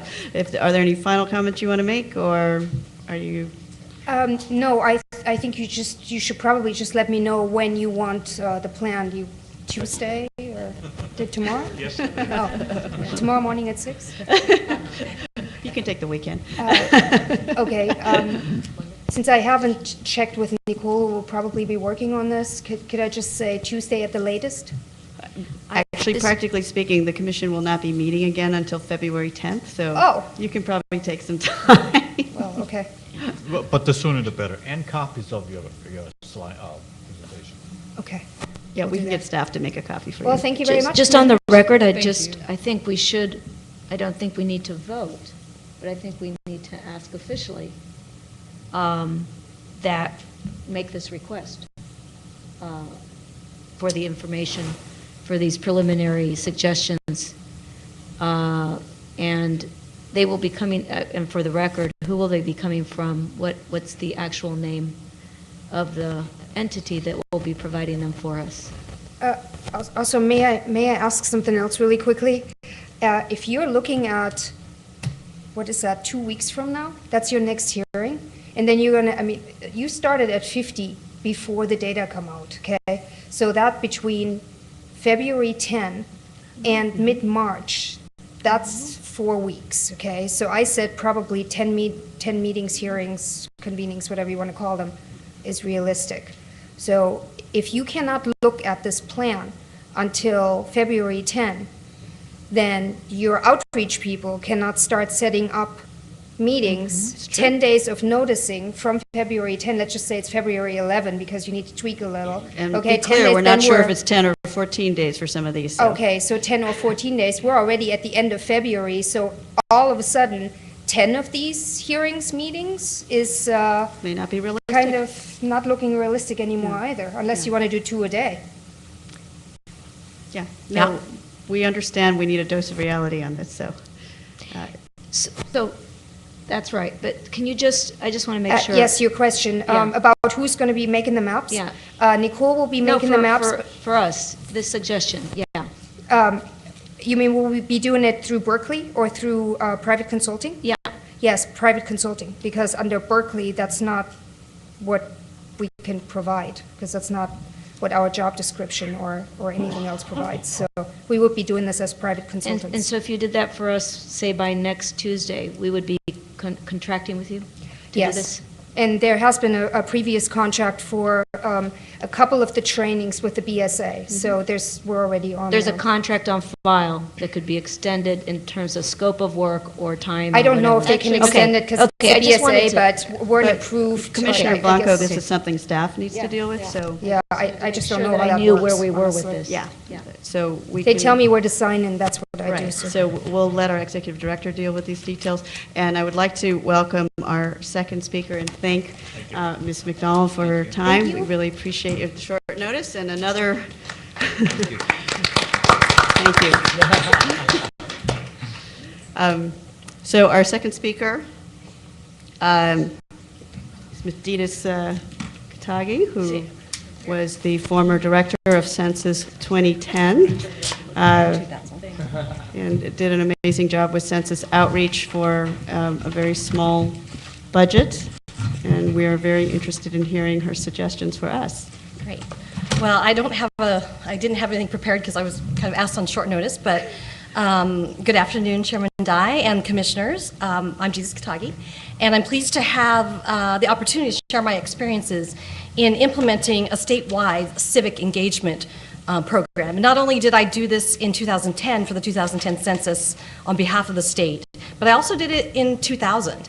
And so I wanted to share some of the experiences. I have lots of ideas as I was sitting out there listening to Karen about different things that you could consider. Kind of do a short thing, and then if we could have a conversation and pick my brain about staffing, about timing, about how do you get it all done in a very short time period. And I wanted to do a shout out to Commissioner Baraba. I know he was the former U.S. Director of the Census Bureau, and I have a real soft spot there for the U.S. Census Bureau. They were very helpful. As I had mentioned, I want to applaud Karen also. She's doing a lot of great work, and she's right on target with all the things that you need. In 1999, I faced a similar challenge that you face today, which was I was asked to implement something that had never been done before. Although the state had certainly had experience doing outreach here and there for smaller and specific audiences, never had they embarked on a multilingual, multimedia, statewide civic engagement and outreach effort in support of the 2000 census. And of course, it was a federal effort, so you think, well, why would the state be involved in doing anything like that? And as you guys know, we stood to lose $5 billion, redistricting, reapportionment, all that. And to throw in the fact that the U.S. Census Bureau told us that in 1999, California would have a 58% male response rate, which is pretty abysmal in terms of response rate. And then you add that up with how many dollars we'd actually lose. And so it grabbed the attention of the legislature and the governor, and they said, we cannot let that happen. We cannot let the fate of our dollars and our apportionment and our redistricting and all the data be left to a federal agency. No offense meaning, but we're Californians, and we know how diverse and how large our state is. We know better than the folks in DC or Suitland or whoever how to get Californians to act and engage at a civic level. So they put aside $24.7 million. So again, the challenge, implement something that had never been done before with huge consequences should we fail. I came aboard in November 1999 and was told, was the good news, hey, you have $24.7 million. The bad news is you have 18 weeks to do it. You see, as you're familiar with, April 1st is Census Day, and it always has been. So we had to set up, hire, design, administrate. We had to get over 90 contracts and interagency agreements executed and in place in less than 3 weeks. So I know your new executive director is very familiar with the speed at which the state contracts move. And so this was a huge effort. We were able to get those done very quickly. And I will go into how we did it and hopefully give Dan some angles on how you guys can get this moving. We, as to use the train analogy, we were laying track as the train was rolling over it. We pulled together a team of diverse backgrounds, mixed, borrowed state employees with special consultants, which is a DPA classification that I suggest that they could use to bring people aboard. We contracted with vendors, municipalities, and all importantly, we worked with community-based organizations and contracted with them. Many of those organizations that Karen had up there were just the ones we used in 2000, as well as who we leveraged in 2010. I had 55 staff, primarily in Sacramento and Los Angeles, with strategic outreach folks in San Diego, Fresno, and San Francisco. So the composition of your team is key. You guys cannot do it all alone, and I hate to say it, but Dan and his 6 staff, or as many as he can have, cannot do it all alone. So let me just jump back to results, because I'm sure Commissioner Barab is saying, I remember the 2000 census. Instead of a 58% male response rate, California came back with a 72%. It outpaced the entire national average. We succeeded because we believe California knows how to reach Californians and how to engage them. So now fast forward in prep for the 2010 census. I had moved on and went to the private sector. Different administration, severe fiscal constraints, as you know, but still the same need for a complete and accurate count of all Californians. So in 2008, they contacted me and they said, hey, we need you to come back. However, what I didn't know was that I would be the only one that they hired. So to go from 55 people to 1, I had to borrow 4 staff, which you can do. And essentially at 55, we had about 5 people working on this. Instead of 24.7 million, we had 2 million. The good news is that instead of 18 weeks to do it, I had 18 months to plan. But they still wanted the same results and response that we had in 2000. And of course, the reports are saying California is going to lose a congressional seat, or as we found out, they didn't gain one for the first time in the history of California becoming a state. So we quickly had to change our paradigm on, okay, we did really well in 2000. We're going to have to change what we do. We're going to have to leverage what's out there. You're going to have to look at those community-based groups that are already out there doing things. In 2000, we actually contracted with administrative CBOs, and they actually helped do this stuff. So we had some control over what we're doing. I heard you guys earlier talk about, oh, well, there's a lot of stuff that's already going out there. Can't we just leverage them? You still need to coordinate. You still need to avoid duplication. And that way, a staff person can do that, or consultants that you work with, or if you have a central repository. If you have a website that everybody can plug into, put up their educational pieces, put up, we even said, why don't you put up the maps? I don't know what your general counsel is going to say. I mean, you've got people who are technical, they want to do it, they want to get it to you. It's open 24/7, the internet is. Does that, does that comply with Voter First? Does it comply with Bagley-Keene? It's up there for everyone to see. If you wanted to, and I'm not suggesting you do it, you could add wiki. People could have an open forum conversation. I mean, that's truly open and transparent. Again, I don't know if you want to open up that can of worms, but we are in the 21st century, and certainly technology can be used to really extend the transparency of the efforts that you're doing, and thus hopefully build some advocacy, or at least know that you're allowing that open input to come to you 24/7. So let me talk again, just kind of with going from 24 to 2. We were lucky because of the success we had in 2000. The U.S. Census Bureau, they adopted many of our costly best practices, and they got a bunch of ERA dollars, and so they were able to really help partner and do what we did with us. But with the lack of staffing, it was a major issue, because even if you plan to use volunteers, you still need staff to organize and maximum the output of these volunteers, and you also need to make sure that they're not duplicating efforts. So the effort, we were called the California Complete Count Committee, CCCC. And really what we say, it stood for convening, because we convened all of those partners like you talked about. We collaborated with them, we coordinated, and we capacity built. So it's many of the things that Karen was talking about they're already doing, but we were kind of the central point. I couldn't be everywhere like we were in 2000, so we served as a central point. So having people here in Sacramento or people to play that role is certainly key. So we identified and assessed our key stakeholders, solidified our partnerships, particularly with the Census Bureau, local entities, and of course community-based organizations. And we set out across the state initially, this was in 2009, to do a series of 20 regional convenings. This is something we didn't have time to do in 2000 because it was implement and go. But we had this time, and so we did 20 regional convenings in less than 10 weeks. And we focused in on the hardest to count areas in California, because we were looking at the census, partnered with the census folks, and used local partners. So she mentioned the Javits Center down in San Diego. Gorgeous site. That's where we had our San Diego convening. We leveraged the partnership specialists with the Census Bureau. We leveraged all the community-based groups that are already down there, and we had about 350 people show up to that one. That was one of our bigger ones. Orange County as well.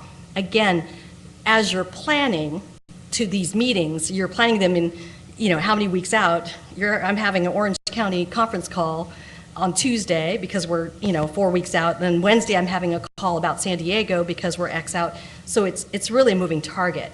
And I know you guys are concerned with the timeline and how to do that. And my recommendation is you need to hire somebody who's an expert in that. That's the process. I see Karen, she's done it before. She's the technical expert. She's asking all the right questions. But I don't see an army of people behind her to do all of this. And that's why I'm saying partner with someone, an entity that can do that. And I wanted to mention that the folks that we worked with in 2010, because I had such a small staff, was Sacramento State Center for Collaborative Policy. And they were my arms, my legs, my ears, my warriors. They pulled it together. They are experts in collaborative policy making.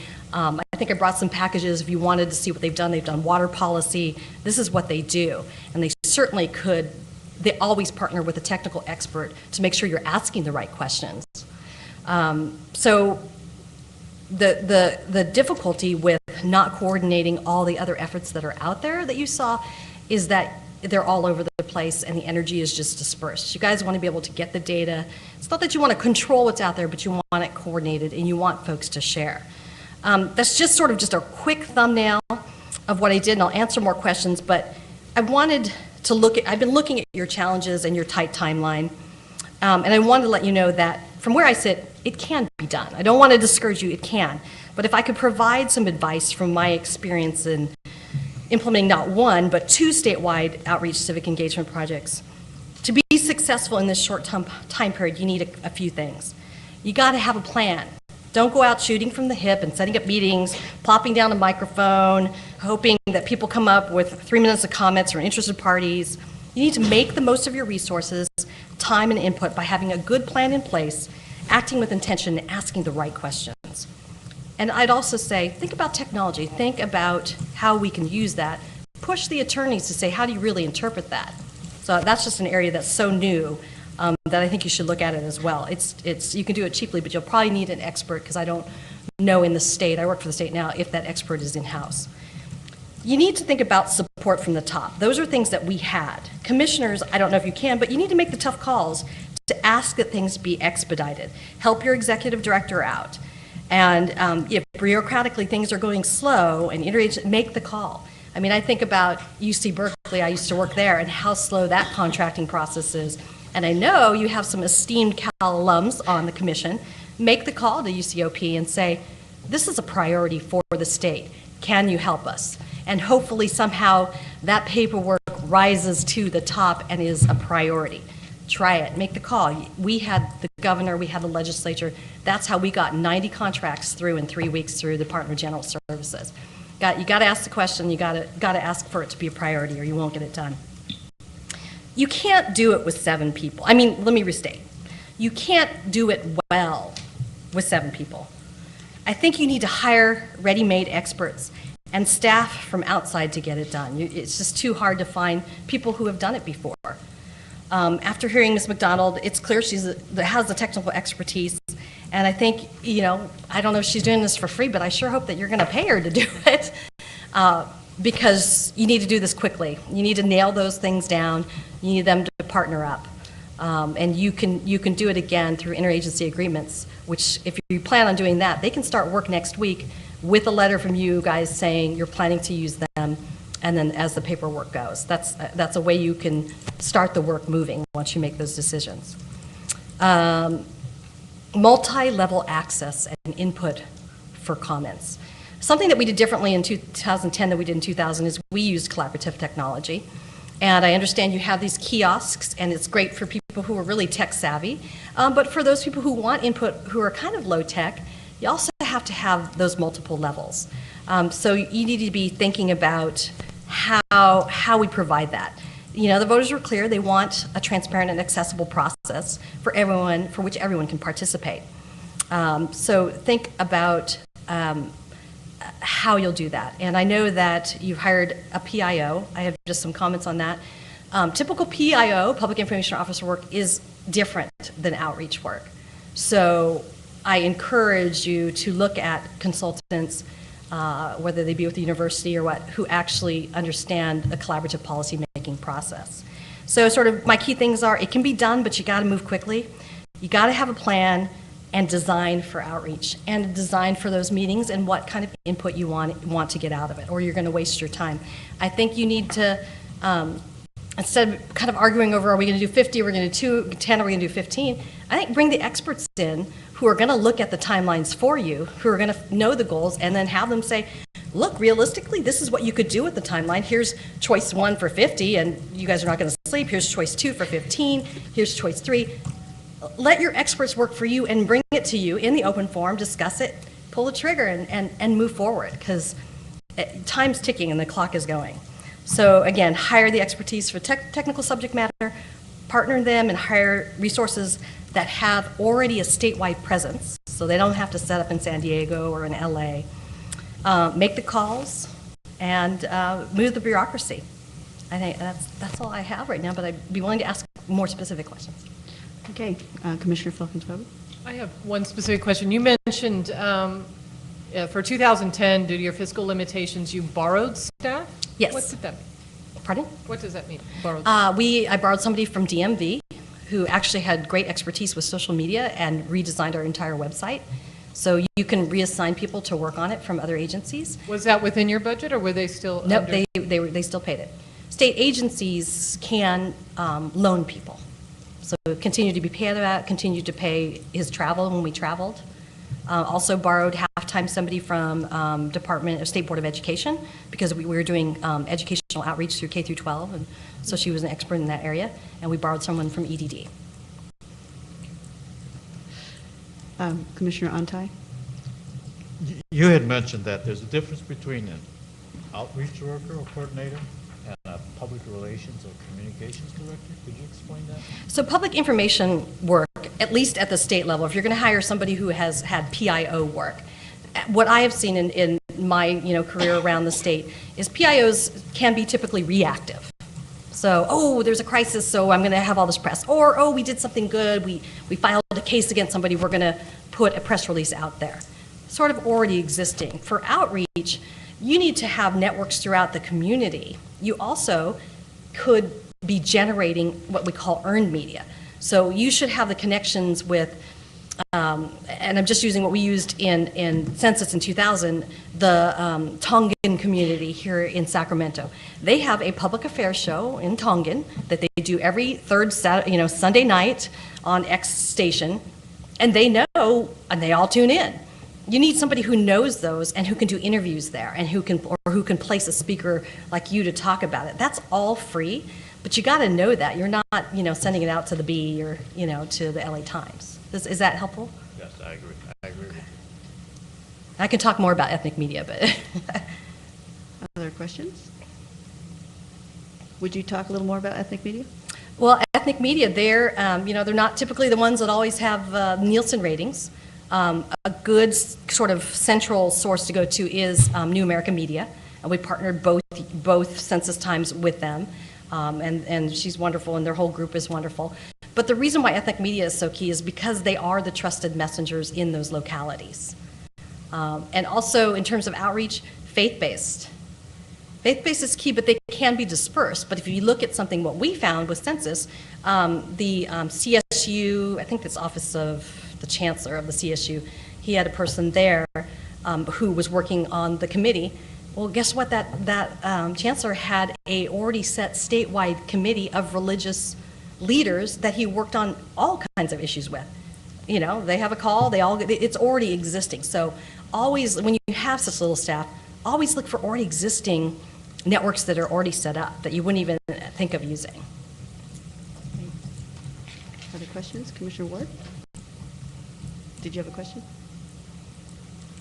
I'm trailing in thought, but to go back to the borrowed staff, I'm just wondering, how were those people identified?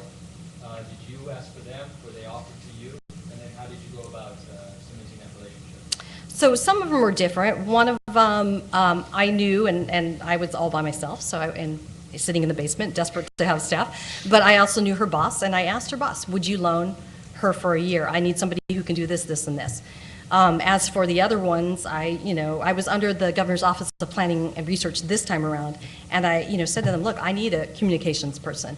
I need someone that knows how to do, web and media.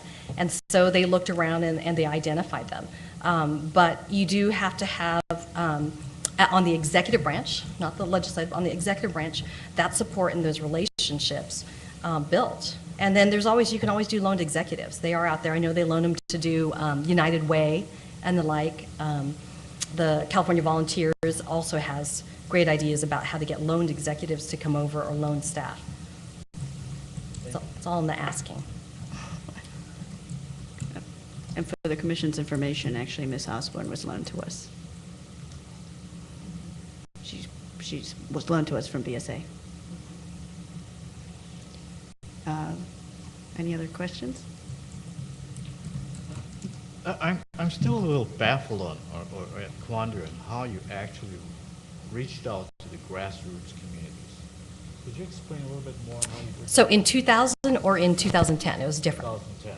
Okay, so in 2010, well, in 2000 we actually contracted with folks like the APLC, which is the Asian Pacific Legal Center, and we gave them dollars and they contracted out to set up questionnaire assistance centers. So we passed through about $3.5 million across the state just with community-based organizations, $5 million to the counties for them to do outreach. I mean, we had a lot of dollars back then.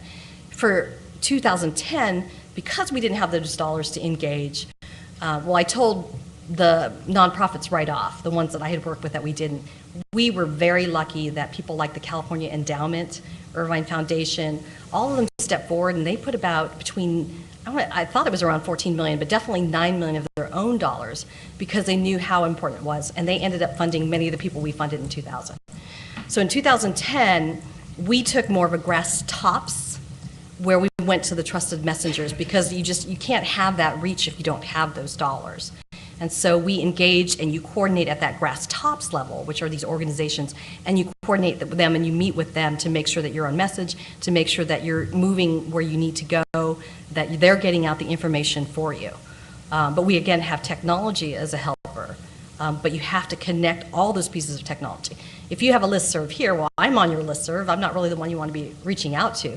You need to be able to say, hey, can we use your grantees. Take Sierra Health Foundation here in the sort of San Joaquin, Sacramento area. They have community-based organization and grantees that they use. And if they have sort of a civic engagement commitment, sometimes they will allow you or they will tell them, hey, we're committed to doing something, what can we do? And you say, hey, we want to be able to make sure we're communicating with you when we're coming in your area. That's something that your outreach consultant would do is say you come up with a plan with what you're going to do. We know we're going to do one in Sacramento, San Joaquin, Fresno. They already have a host, a local host, whether it's the city or the county. We had complete count committees and those were our hosts, and we partnered with the local federal partnership specialists. But I see all those names that Karen put up there. They're around there. It's a matter of having an outreach consultant actually map out who those people are so that she can plug them in place. They can plug them in place as you move forward with your calendar. But again, if you're going to have 10, 15 in those next weeks, got to come up with your design of what you want out of those. And then you have your checklist of got to have my host, got to have my place, got to have this, and it goes. And that's what those guys do, amazing things. If you wanted them to come up and talk about what they did with water policy and the other items that they put in place, it's phenomenal because I could have never got that done. I'm a multitasker, but not at that level. Does that help in terms of grass tops? Okay. Commissioner Galambos-Malloy?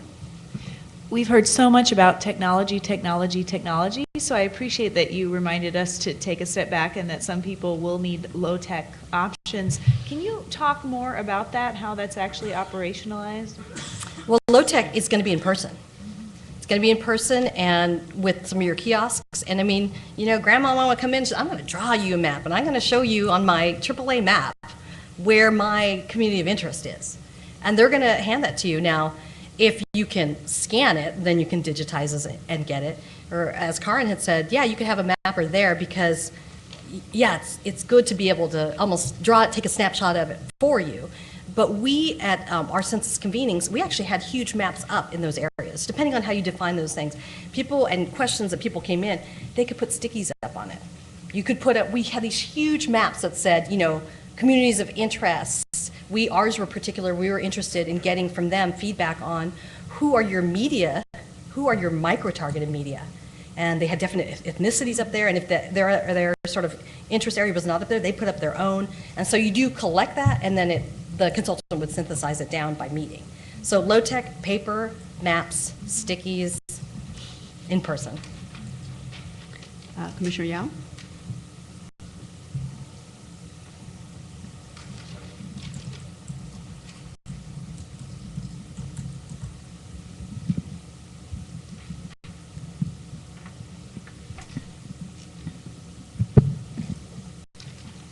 I appreciate your input on and your experience in the census work. Before us is really a topic that is very foreign to a lot of people, redistricting. Before us is a very limited budget. If I suggest that we can spend $500,000 on the outreach program, I'm not sure I get concurrence from my commissioner on that. So that probably is on a very, very high end of our budget. We have a very tough public relation problem. I think everybody expects us to go to every corner of the state and receive input as much as some of the suggestions that were made only going to the areas where it actually makes a difference in the redistricting map. We may end up doing that, but we're going to have to find a way to address the expectation issue. What would you do if you were in our shoes? Given the $500,000, we have as was suggested, if you look at when the data is available, it's maybe mid-March, so we at most have a month to do it. And originally we were looking at 50 meetings, and now 10 is the upper limit. And so put yourself in our shoes. What would you recommend us to do at this point? Well, I think you could do a hybrid of things. Your problem with both PR is that I'm not going to come to a meeting if nothing's really at stake, right? So I'm up we had our most northern meeting in, I think, Ukiah. And we did Ukiah and Chico and tried to cover, of course, the people from Humboldt trying to go, oh, that's too far. But, reality is when you looked at the hardest to count areas, or the areas that are going to be most impacted, if we're looking at 710,000 for a congressional district, 430,000 for an assembly, and I don't know what I'm just giving general numbers. Boy, up there, you'd have to draw a huge circle to even, so are they going to have, like you're saying, are they going to be most impacted?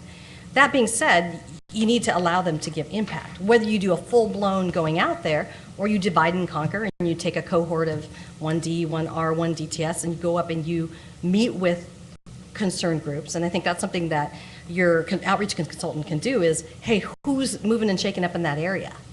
And who's, because, at the end of the day, the people that are going to, I'm not going to use the litigation word, but the people who are going to be most upset, you definitely want to be engaging in the process. And the importance of outreach, it isn't handing out little squishy balls and all that thing, is if you do and design your outreach appropriately and get the right input, you're engaging and you're building advocacy in for your end plans up front. So it's dollars well spent up front. And I hear you saying, wow, is $500,000 really enough? The people who are going to approve your budget or your budget augmentation, I believe, are the legislature. Am I right, Dan? Yes. And so, you know what they want? They want to make sure you're allowing people to have their input. So if you have a strong plan, you can go forward with, hey, look, I am in your area, and I am going to hear from your community's interests. So dealing with budgets, as much as it's a very tough,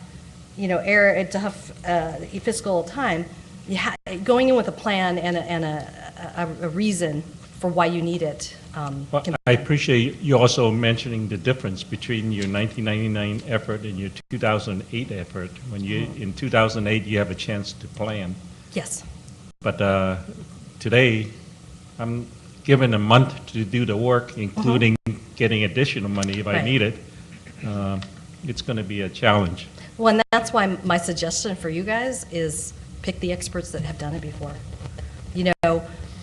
Karen has the technical expert. She's asking all the right questions. She's like, hey, I need these answers for you before I can move forward. The Center for Collaborative Policy, they've done water policy forums, so they don't have the technical expertise, but their expertise is in process. It's in how you put those in order, and also taking the bigger picture of, what's my PR nightmare about if I don't go up there? And what are my hybrid alternatives of going up there and allowing people to be heard? But then if you add technology to it, if you engage, the community colleges or the universities that are there, which is, it's another animal in itself. You definitely need somebody to manage that understands that. You can get that coverage that you need. But it doesn't mean you have to do the same thing up in a rural area. So if you're really looking at high density, low density, you want to make sure you're getting the same feedback and questions answered, but it doesn't necessarily need to be the same design, if that makes sense. Thank you. I'm sorry. Commissioner Aguirre? Yes, as a partner of Census 2010 in my local area, I certainly appreciate the work that was done by your organization. And one of the things that impressed me was that you took a topic that only comes around every 10 years, census, and really kind of developed a movement behind it. And I think part of the way that you did that was that you generally posed the question, what if we don't do anything? And then put a lot of data behind it, registration, mail response rates, and all of this. And then you took that message out into the community, worked with community-based organizations who were in touch with the grassroots, and really went to those grassroots and said, here's an opportunity to really tap billions of federal dollars, because, and then there was an educational component of, what each individual count in each community, how that translated into, thousands of dollars for local communities. So anyway, so you created a movement, and you stimulated a public that had heretofore not participated actively in lots of ways, and brought a level of excitement into it. And as just been pointed out, in lots of ways, that's the challenge that we have with our own community right now in terms of redistricting, that it is kind of a esoteric kind of topic, doesn't really, the layperson, it's difficult for them to relate the importance of what it is. I would say that the work that we're doing right now, we're crafting the future of California for the next decade, if not beyond.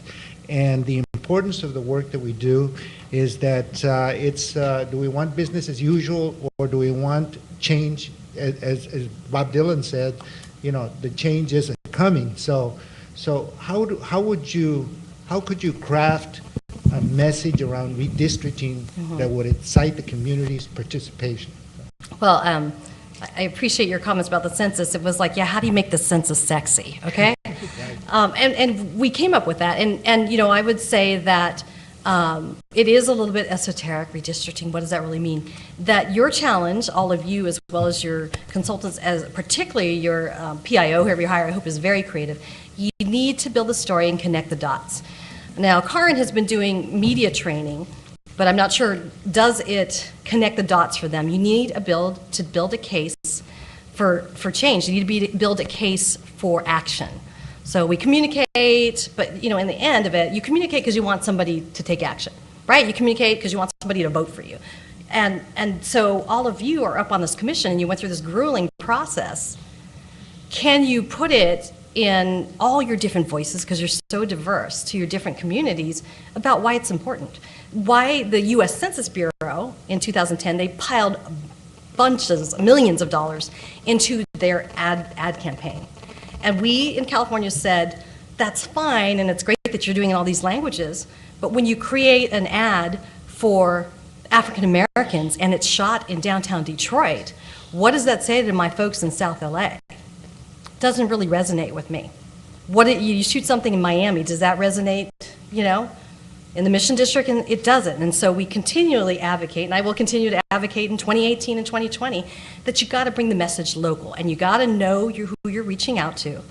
And although it's esoteric, you already know that these people are interested it's like you got to be cheerleaders for it. It's the very basis of our democracy, and so is census. I mean, I always said, April 15th every year, everyone knows what it is. You send that money to Washington, D.C., don't you? And you know what? That's every year. April 1st, once a decade, is your opportunity to demand that money back. Fill out your form. So what is that rallying call that all of you need to adopt in your own way because you represent this diverse state? And how can you, in your role, do that rallying call? I hear you, oh, can I go to this redistricting thing and so what can I talk about? Well, you know what? I challenge you to say it's your job to get people interested, to have them understand why redistricting is important, to understand why Prop 11 was passed. I mean, everyone will read, oh, state government, what a mess, right? But you guys are making history here. You have the chance. And why wouldn't anybody else that you're talking to embrace that passion and be involved? But I don't know, I hope that helps. Thank you. Thanks. Dan has a question. Thank you, and I really appreciate you being here. Could you give us some idea of the range of a center like collaborative process, the collaborative policy? Policy, thank you. What's the range of possible services that might be provided through an agreement with an organization like that? Well, the great thing is they can do a lot. And the other great thing is if they don't use up the whole budget and scope of work, they can give the money back, which I always thought was a bonus. They can, facilitate, they design, I should have them, Sarah, do you want to come up and at least, they did everything for me from, I needed another body because I just didn't have it. And they could hire them as a special consultant to fill that gap. They can subcontract up to, I think, DGS, 30% or whatever it is to another subcontractor. So if you're having difficulty getting through this contracting, maybe they can help with that. This is Sarah Rubin, and she's from the center. Hi, and can answer good specific afternoon. questions. Good afternoon. Hi. Yeah, I can tell you a little bit more about the center, or we could just take questions. It's late in the afternoon, I know. Why don't you give us a 2-minute or 5-minute summary of the center? Okay. Well, we're part of California State University, Sacramento, and we are a mission-driven organization, and we're very focused on capacity building. We do public participation, as Ditas has been talking to you about. What we're kind of known for is big multi-party consensus building projects, and then also visioning, strategic planning. Charlotte, we might want to ask you to come here too. Charlotte worked on the census project with Ditas. We've done tons of outreach with the water plan. We could kind of give you endless examples, but I almost think, what's going on in your head right now, and then we can just feed back with you. And they have some pamphlets too, if it'd be helpful for you guys to look at. I actually think it might be helpful, Dan, if you explain, I know you and I have had a couple of conversations, but if you talk to the full commission a little bit about the interagency agreements and contrast that with a normal RFP process. Well, I'll give you what I know, but typically interagency agreements are between governmental organizations, of which both California State Universities and the UCs are organizations as such. We can contract up to $50,000 without DGS approval, and I'm assuming we could go as high as we needed to with DGS approval. But it just gives us a faster route to getting to the experts that you need than having to go through the normal contracting process with a request for proposal. Typically, the person at the Secretary of State's office said that we would be in 6 to 8 weeks to do a request for a proposal to get services. Yet, as Ditas has just explained, with a letter from us with the intent to work with Karen or to work with the center or any of these organizations that are within state government, we can do that and get started literally next week. Tomorrow. So it's just, so it really, or tomorrow. So it really gives us, it puts us on the fast track, and it just makes up time in a very time-driven process. So that's interagency agreement in a thumbnail, and that was just, by the way, handed to me by Cy. So if I sound like an expert, that's why. So I'll turn it back over to the Edison Center. I'll just continue where Sarah left off. My name is Charlotte Shorno, and I'm an associate with the center. And another thing that we really bring to the table is we're a neutral organization, so we can help you implement a process as a neutral. And that's really important for our clients, especially state agencies, to have someone that they can be at the front of the room mediating and facilitating, and also behind the scenes giving them process input at a neutral level. We came in with DETIS, and that's one of the examples we shared with you, but we have many projects over the state, and we've been around for 20 years. Yeah. And we're a self-sustaining part of Sacramento State, so it's all based on our contracts. And most of our clients are state agencies. We're pretty well known around the Sacramento area. You're formerly known as the Center for Dispute Resolution. So yeah, we have our background in dispute resolution and mediation, but it's really branched out into a number of things, and process design is one of our many strengths. So it's really about asking you what you want out of the process and what you need. So rather than throwing up a number like 50 meetings, what you need to start with is, what do you need? How much time do you have? What are your resources at hand? And we tailor the process to those needs. And we get you a meeting designed in a way that you can get information rolled right back up to meet what you went out there in the communities to do. And you're building trust as you do that. You're going out to the community, and rather than putting a microphone in the middle of the room, you have an interactive process design that people really feel like they've been heard, that their input is going somewhere, they feel more comfortable, and that their input could be considered. And that's really, so when DETIS was talking about sticky notes on the maps and things like that, that was a way to get everyone in the room, the hundreds, 300 people that might have come, felt like they had given something, they had participated, they had been listened to, rather than 1 minute of a comment, or if they weren't comfortable making a comment, they just wasted their day, or however you feel. And so that's really what, so that might not work for you, and that's just one example, but every process that we design is tailored to the needs of our clients, so. Thank you, that was very helpful. Commissioner DiGiulio, do you still have questions? No, I think that was pretty, I was just curious to see how that would actually be implemented for what we need right now. I know it's kind of hard to throw it out at you right now, but I was just curious as to how you see what you would do for, you've heard a little bit of kind of the bind and the time that we're in, so I'm just curious to see what you would do specifically. If you had any other suggestions, maybe you could throw them out, but that sounded like just a little better understanding about the process of how you'd help us. And hearing what Karen had said, I mean, I think we originally looked at like 50, and you know, and again, I'm not working with them. I have a state job over totally unaffiliated now, but I'm very, as you can tell, very passionate about census and very passionate about civic engagement. 50, I'm like, oh, come on, that's crazy. And then it's, are you just going to stick a microphone out there, and is that insulting to really be public engagement? And again, what do you want to end up with? We go back consistently to quantity versus quantity. You know, I mean, it's the quality input that you want, and to build the goodwill and to show that the voters and the citizens that you're trying to meet their expectations of why they voted for it. So if I could add in, so I'd say the very first thing we need to do is meet with Karen, because she's your technical expert. And so I would say a large majority of these kinds of processes that we do, there's always some kind of technical expert, or you have your technical experts as part of your client staff. So that's the first thing. And really, Charlotte said it, hammering down. What are we looking for? What outcomes are we looking for? And then you build backwards. How do you get those outcomes? And she said, how much time do you have? Are these 4-hour meetings? Are they kind of like half-day workshops with interactive stations? How much time do people have? What different languages are you trying to accommodate? And therefore, what's the cultural overlay, and how do we accommodate that so everyone feels comfortable? And DETIS mentioned it earlier, what you would do in a rural area is different than a highly urban or maybe suburban area. And if you're trying to do something where you're grouping, then you want to, you know, you're just thinking through every single aspect and how do we get the highest quality outcomes in that location so that it can roll up and really help you. So you can have a template for kind of what you want, so you can Bagley key in it.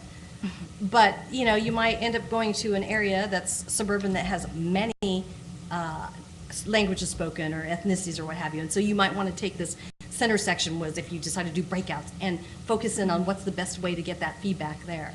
And then with this also, you invite people before And even though it's an open meeting, and they're not mandated to sign in, if you know who's coming, then you certainly can have a more robust conversation about who's going to be there versus kind of, hey, did anybody show up? So it's both. It's having an open meeting, but it's also making sure people know you're there, engaging them, letting them know it's really important for you to show up and engage. I would just mention just a couple other things is to always act with intention. So when you're going out and if you have a plan or something in place, you're acting with intention and you have done your homework. The other thing is that if you design a process that's iterative, you could maybe do 50 meetings over the next few months. It doesn't need to be right away.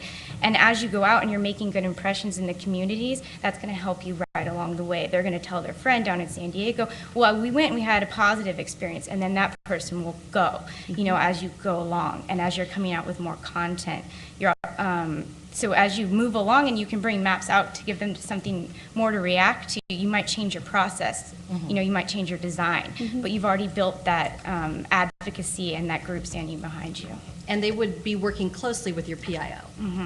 Everyone needs to be coordinated on message and on the same page. I'm kind of curious, to what degree are students involved with the center? None? No, that's good. No answer. Well, no, there's, we have a researcher who teaches at the yeah. university, so classes are being held, and there's a certificate program, but. We're partnered with the the Masters in Public Administration at Sacramento State. So our founder and our executive director came from academic and that side, the California Studies, Center for California Studies, and then it grew from there. So we are very closely tied to the university, but we don't have students on staff. Okay. So like we're not working with students on a day-to-day basis. Got it. Commissioner Antai had a question? Yeah, so I have two questions. Again, could you explain how you two work together, two organizations? How we did? Yeah, or did you? Yes, yes. The census. They were my arms and legs for the 2010 census. So when she spoke about contracted with the 20 meetings in 10 weeks, she had come to the center, and I was like the main staff on this, which is why I'm here today to support her and thought we could share some of our lessons learned. But she came and said, we want to do 20 convenings, and these are the places that I want to go to, and these are some of the questions that I want answered. But how do I do this? And so we worked with her to design meetings that rather than Ditas getting up in front of at the podium, it was interactive. So she wanted information on ethnic media. So we put up big maps on the walls so that people could go and share. Oh, I know I have a radio station or a newspaper here. She wanted to know what types of ethnic communities or where people were on the map. So we just designed a meeting, or we had breakout sessions where they filled in worksheets so they could pass them in at the end, so that all of that information, rather than just people at rounds talking, it was all being fed back to her so that she could turn that into something, into a report. And they were hosted again by a local host. I'll just take, we did Sacramento here. That was our first one out of the block, and so we ended up changing things because we're like, oh, wow, we've got, 3 weeks to get this first one out. Mayor Johnson came out and did sort of a little welcome keynote. But we took people from the local community who were experts in the community and had like a little mini panel for them to talk about the community and how different it is and how diverse it is and how it's changed. But then we went to San Joaquin and it was a little different. But we always had the community involvement, always worked very closely with the U.S. Census Bureau, their partnership specialist. Well, I can tell you from San Diego, your work was well received, and I know a lot of the people that you talked to, and it was amazing, really amazing what you guys did. Well, okay, a little comment on San Diego. At the county level, they didn't want the money we had for them, but they didn't want it in 2000 either. But the community stepped up. Yes. They stepped up because they believed in it. Whether the organized government wanted to be involved in census outreach, the community took over. Well, you just filled in the big gray area that I couldn't figure out how they did it. Now I see the connection. It wasn't all me. It was a huge team. But it's about leveraging, and it's about instilling passion in the people that are out there. This is true civic engagement. People don't get engaged unless the message resonates with them. And you're not going to reach everyone, but Commissioner Aguirre, is it, or Aguirre? Aguirre. Actually, it's Aguirre. Aguirre? You had mentioned the business case that we had. I mean, we use negative marketing, which is if you don't do it, this is what's going to happen. So you guys need to figure out who are the people that you're the trusted messenger for. Go back to your communities and engage them. That's why you guys are from like all over the state and You guys are the best messengers they have out there, and then your friends too. So this is very important, Chair Dye. So where do we stand? Where do we go from here? Is this something we carry over to Claremont meeting, or where do we stand with this? So the reason I wanted Dan to talk to you about interagency agreements is that this is potentially an opportunity for us to move much, much faster than I thought we were going to be able to. Because as you know, the state contracting process is designed to be fair. It's not designed to be efficient. So given the limited time frame that we have, we have the option of moving forward essentially with 2 state agencies, which I also believe obviates the need for us to put it out for a competitive bid and get multiple bids. Is that correct? No,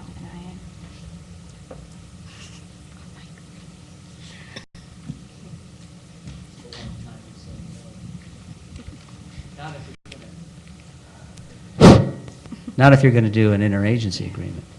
You don't do, I mean, that's the notion. Right, that's the idea. Yeah, now, you may be, you may be looking at contracts a lot too large to do that with.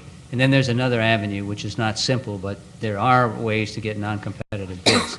But an interagency agreement does not involve the bidding process. And given your time frame, you don't want to get in the bidding process unless you absolutely have to, because it just does take a long time, and you're absolutely right. It's designed for fairness, and it isn't designed for speed. So, Chairman, yeah? You're the chairperson. Yeah, sorry. I forgot myself. Let me ask you a capacity question, and then after that, I'd like to ask the commission a similar question. Let me just throw out a scenario. If we have 2 commissioners working with you in terms of defining or explaining to you to the best of their ability as to what we expect, what we want, and provide you the details. Would you be able, do you have capacity to, between whenever the contract is written, and hopefully it indeed is a fast process the way it was promised, and come back in about 2 weeks, by the 10th of February, so these 2 individuals would then be able to share this plan, that whatever the definition of this plan is, with the subcommittee, so that they in turn will meet and make a decision to recommend to the rest of the body for implementation.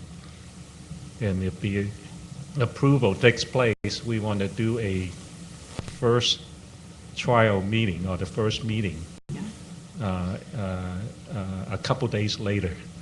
It's a very aggressive schedule. Do you have the capacity to handle that?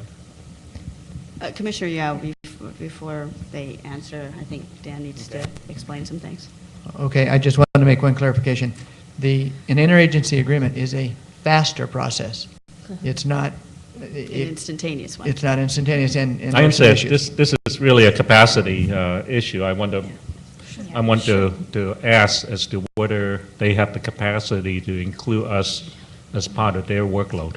Yes, yes. Yeah, I'm not sure that the commission is ready to designate 2 people. I understand. Yeah. So again, this strictly was a capacity question. I'm not attempting to subcontract this work in this forum. Thank you. If I can make a comment on just the way, because I've done several interagency agreements. Scope of work is kind of a, meeting is, you do it together. And when you say, oh, can you do it for X amount? I mean, again, it depends on what you want. I mean, I think when I started Census, I wanted to do, 40 meetings. And, reality of it is, I didn't have the budget. And, I would have been dead. It was hard enough doing 20, and I had to be at all of them. And so it's that interactive process that they do have the capacity, but maybe they can come back with the 2 people and have 3 different options of, like, maybe you do this is the reality of this is how much it costs, so that you guys have a menu of possibilities to choose from. Right. Commissioner Aguirre? Yeah, that just, both presentations have been excellent, both of them. And metaphorically speaking, you know,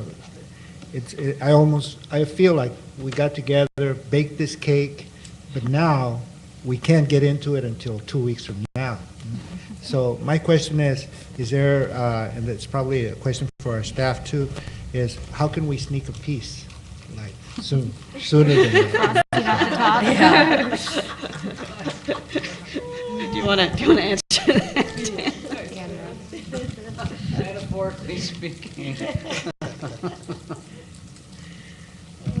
Well, I think Chair Dye was talking about that it may be premature. There are ways we can do that, but whether you're ready to go this afternoon or not, I'm not certain. I think what I was hoping to do with bringing in our experts is to just, you know, let the commission know there are people who know how to do this stuff, and we don't have to figure this stuff out. We don't have to reinvent the wheel. And it looks like there is a mechanism that allow us to move relatively quickly.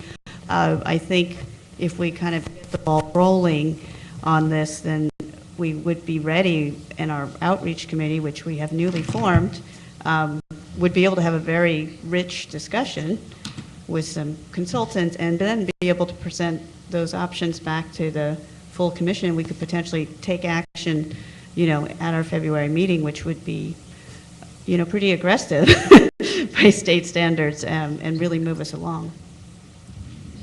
Kind of along those lines, to try and save some of our time, because as I understand it, our February meetings, the first thing we'll be doing was meeting as subcommittees. Could I suggest that maybe in our subcommittee meetings, we specifically discuss the issue of contracts, so not necessarily individual contractors, but what we are looking for in a contractor, in a subcontractor, versus what our staff could do, their responsibilities, and kind of just delineate some of those. And also specifically outline as much as we can what we need, because I think it's a chicken or an egg. We're looking at them saying, what can you do for us? And you're saying, you need some inputs. I think it really is necessary for us to at least have a framework so that any contractor, whatever the topic, whatever our subcommittee is, needs some guidance for us, and the subcommittee could really utilize their time. And then I'd also like to suggest, again, we're all in different subcommittees, but to prioritize our consultant needs in terms of reflection of the timeline, because there are things, of course, we could argue we need each consultant throughout the process, but there are some things that are definitely more priority. So I'd like to suggest that the subcommittees, specifically since we won't see each other again, to look at subcontractors, outline what we need from those subcontractors, and prioritize it in terms of our timeline. I think that's a good suggestion. Commissioner Blanco? Yeah, I think that's, we should let them. I'm sorry. Are you done with the presentation? Are you done with that?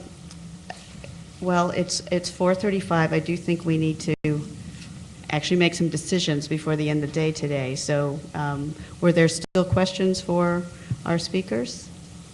Commissioner Ward? I just had I guess, a joint question. Not understanding the intricacies of interagency agreements, but on the private side, if you're looking at contractors to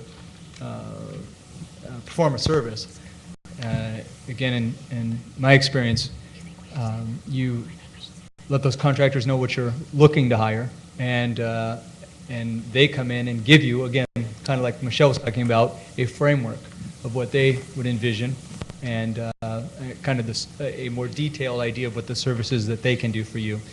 And I'm wondering if that's something that we could consider having ready or request for our next meeting, so then at that point we might be able to take some action steps.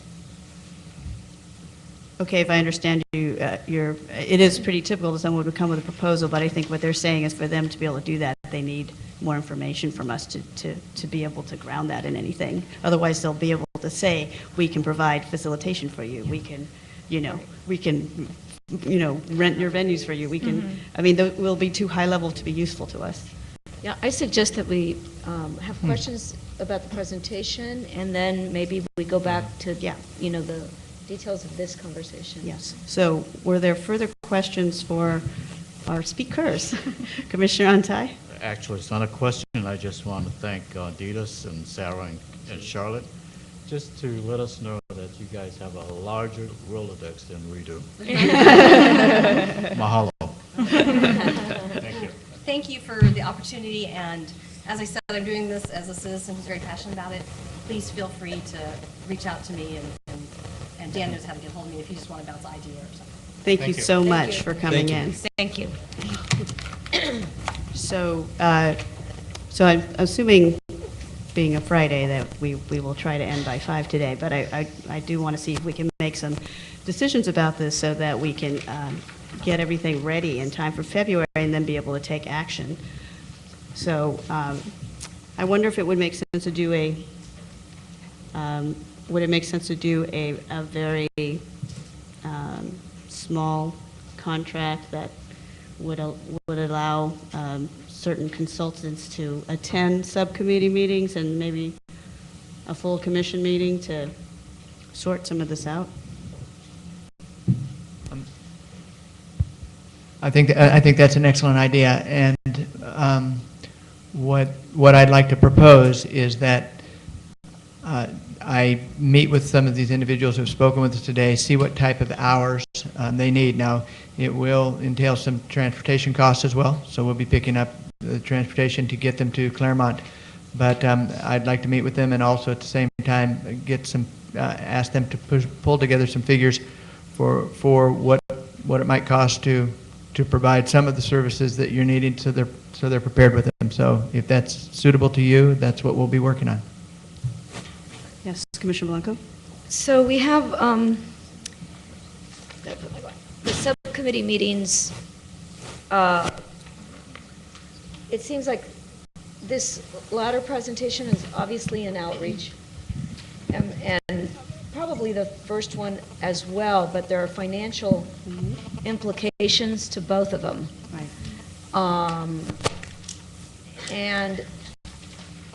And to the technical advisory committee who's doing recruiting and hiring of consultants. Exactly. So I think we need to, I don't know that we need to do it right here or whether it's staff, but we need to figure out how to bring the people together from the different subcommittees that, so that, because I think all, except for legal and I read this, potentially legal,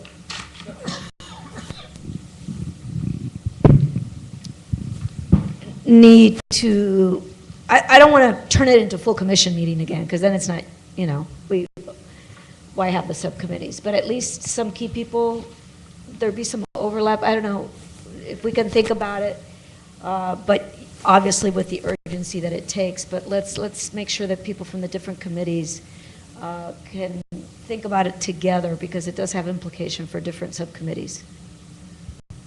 Yeah, I agree. Obviously, there's going to be some overlap. Commissioner Yao?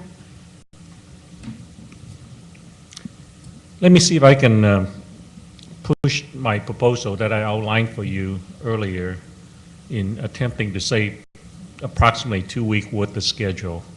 If we appoint 2 out of the 3 members from a subcommittee to work on this, they can work on it legally during the next period of time. And yes, they'll be doing a lot of things that we have never been briefed, and given time to plan, it may not be if we have time to plan, I may not want to do it this way, but the fact is, I'm not sure we can afford 2 weeks worth of schedule. So I like to get this group's concurrence to have 2 individuals out of the outreach subcommittee to work with staff and to work with this particular group in particular, and try to let out a very small contract so that they can proceed to develop, quote unquote, the best plan that they can put together, so that when it comes next Thursday, this plan can be discussed at the subcommittee level where we have authorized and agendized, and then there'll be the material that we can approve either on Thursday, Friday, or Saturday. And if we do have that approval, then we can proceed and try it out on Sunday, if that's the schedule that we decide to go with. Otherwise, if they go forth and come back and negotiate a contract and define a statement of work, we won't get started until 2 weeks from now in terms of getting anything going. So it'll probably be another 2 weeks because we have to agendize the outreach meeting before we even get the first of what it is that we try to do. So that's really what I'm pushing. I know it's a lot of uncertainty associated with it, but I don't believe this contract is going to be a very significant amount of money, and if it doesn't work, then we're back to where we are by not making any attempt to do so. Commissioner Ward? My comment was actually back at the discussing subcommittee issues, and just thinking about Maria's point, the subcommittees are going to meet, and then they're going to brief the entire commission on the minutes or happenings of that subcommittee meeting. Is that not the time when the overlap happens? Because obviously, Finance Committee and its subtotal, all that stuff is going to be there. Would that not be the point where Finance would check in and chime in with their thoughts on that process and things like that? Yeah, I think that's appropriate. Planning the next meeting, that was my intention, was to, okay, well, that'll help with that. And then I would just throw out there again, with the lessons that I've kind of learned from today's meetings, and kind of, I guess, what I was feeling last meeting is acting with intention is very important with our limited resources and our limited budget. And as much as, like I know I said before, I really want to get out there and outreach just like everyone else. I don't like singing from the hip, because it seems like there's a lot we can get done without investing resources into things too quickly. Commissioner Filkins-Weber? I concur with everything Commissioner Yao has actually suggested. I question whether we would want to incur the cost to have a group, and the cost being the additional travel when they're already located in Sacramento. And so, again, this is this balance between this expediency and this urgency that we're trying to move so quickly, when there might be practical ways to still bring this information to the commission appropriately. So I really would suggest that we give consideration to Commissioner Yao's suggestion that 2 people from outreach sit down. And it could even be, given that I'm looking at the outreach committee, and at least 4 out of the 5 are Southern California, for the most part. Maybe a telephone conference, at least from, between 2 of them. They have an idea of, based on all of the discussion that took place last week and all of the discussions that we've had regarding our concerns, to put together, and everything that we've heard today has just been incredible from Corinne, and really giving us some ideas of what we need to be looking for, and how we can use all of these other groups for leverage. I would seriously recommend that we, 2 people come up and start to work possibly with the Center of Collaborative Policy under this limited contract you're suggesting, but that we hold off on whether or not we would be transporting our consultants for February just yet, and again, out of fiscal responsibility and recognition. Yeah, I mean, there's certainly no need to physically transport. The phone works pretty well. Commissioner Forbes, then No, I just was Commissioner going to say I concur with what Commissioner Yao has suggested. I think the opportunity of gaining 2 weeks in exchange for what is probably a few $1,000s is a wise expenditure of money. Yeah. Okay. Commissioner Guidry?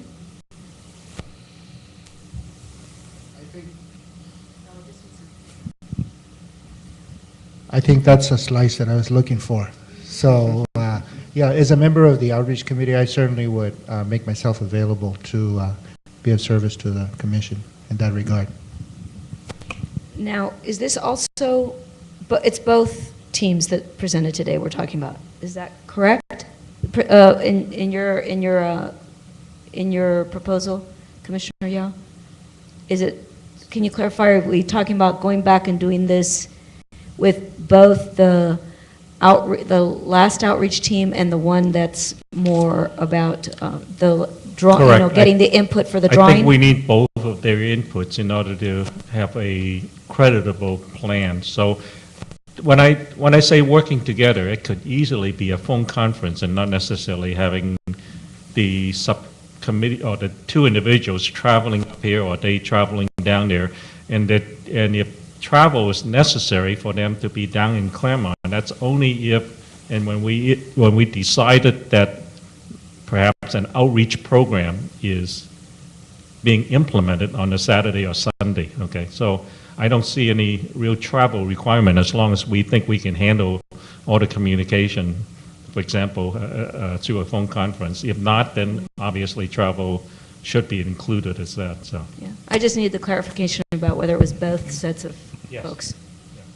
So I would suggest, since only 2 out of our 4 outreach committee members are here and actually heard the presentations, if I could perhaps, actually, according to my list, the final list that we all approved, we only have Commissioners Aguirre and Antai. I would be happy to participate. Excellent. May I suggest that 2 members of the technical committee also? Yes, and I was going to suggest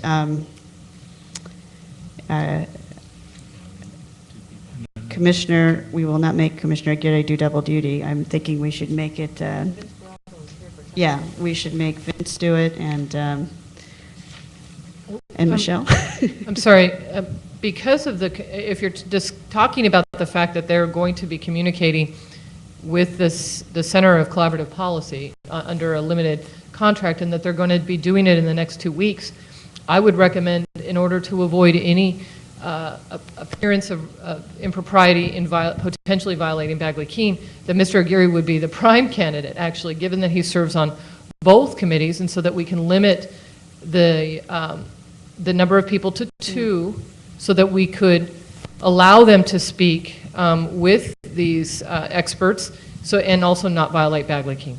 Well, they're not, I mean, it would only be 2 commissioners. It doesn't matter which 2. They're only meeting with each other and with a consultant. Well, I understand, and so that would be it would be Commissioner Aguirre and Commissioner Antai. That's what I suggested for outreach. Oh, but I understand for outreach, but now you're trying to add another commissioner from technical. I'm sorry. I specifically wanted to exclude Commissioner Aguirre so we wouldn't be accused of a serial meeting. Right. There's two contracts. 2 one different with contracts. Corinne and one with the Center for Outreach. So we're talking about doing 2 for Corinne's technical expertise and then 2 commissioners to consult with the Center for Collaborative Policy. So we're talking about 2 different. Wow, how'd that pass me? I said Center for Collaborative Policy is all I was thinking about. Yes, we But, did. Okay. We had 2 separate presentations from Sounds 2 great. separate No, that's organizations. true. So you were talking about contracts for each of them. Okay, thank you. Yes, Thank you. and as the It's 4:50. Okay. I know it's On a logistical note? No, I agree. Thank you. Because Mr. Claypool had mentioned that it's fast, but not that fast. Are we actually, even if they're willing to do this and we can all agree on this, are they going to be available the next week? And if not, do you think they have an interest in talking to us on their own without an agreement? It seems to me we're in a pre-contract. Okay, so just as long as we know that they're okay with it. You're trying to at least define a scope of work so that we could have a contract. Is that everyone's understanding? And I was only saying that because, as they had stated up at the podium, that it could start tomorrow with a letter saying that we have this intent. But you may be very surprised at how long it takes everything else to fall into place while it works. That's all. I would follow the recommendation, I think she's gone, that if it looks like it's dragging, we make it not drag. You know, but if it looks like it's taking a long time, let us know, and we'll do what we need to do. We'll make the call, as she said. Yes, Commissioner Aguirre. Just one last comment, and that is that Commissioner Baraba and myself had talked about getting together as a subcommittee so that we don't get into noticing issues to look at the technical aspect of map drawing itself. So if there's an interest in a possibility or legally acceptable way for me to be part of that technical committee, I can make myself available as well. I think that's sketchy. I think it would be better if you stick with outreach. until we have our chief counsel on board. I think that would be safer for now. I mean, obviously, all of these committees are going to have to work with each other, and that's why we have a full commission. So, Commissioner Antai, you have a question?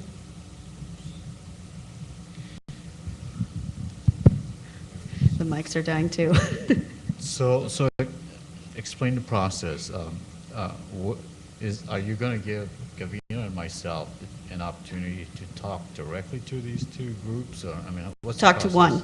One. Right. Talk Just to the one. to the Center for Collaborative Policy. Okay. And, just wanna and make Dan sure. can arrange that, and Dan should be on the meeting. Just wanted to make sure. Yeah. Dan should be on the conference call. Antai and Aguirre. Wish. Would be Baraba and with DeGiulio. We would With be Carmen. happy to do so promptly. Okay, excellent. And I believe any contracting amount should be hopefully within your contracting authority, so you can act without us. Yes. Okay. Can we make that into two separate motions to vote on it?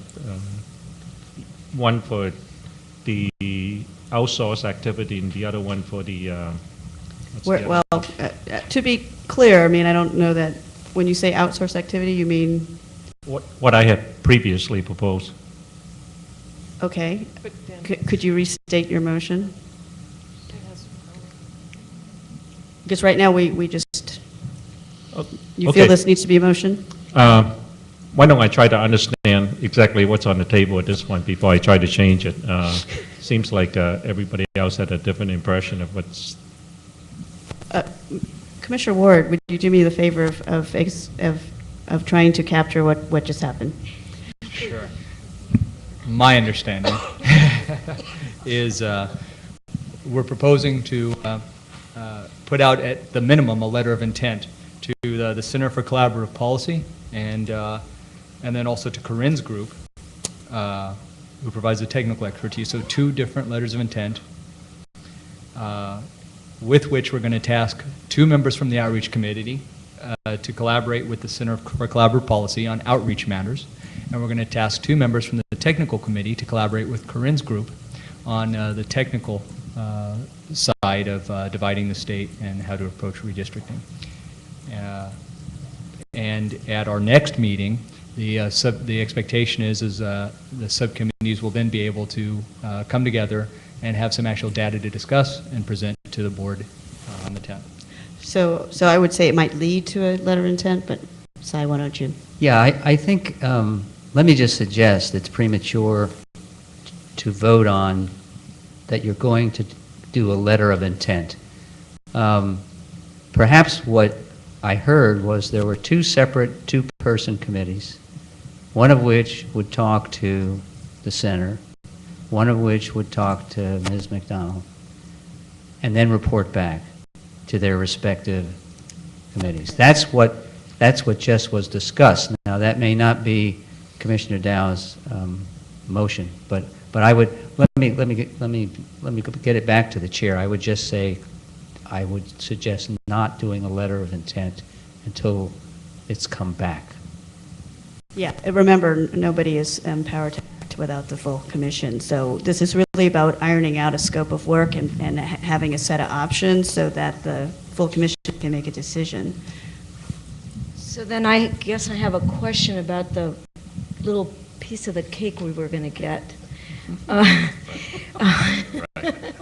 which is, will they come to, in the conversations that the subcommittee members will have with these different 2 entities, will the entities produce some data for us? If we, is that the understanding, that it's not just a conversation, that there's going to be some actual data or a work plan from the SAC people that will then be part of the subcommittee meeting and then presented to the commission?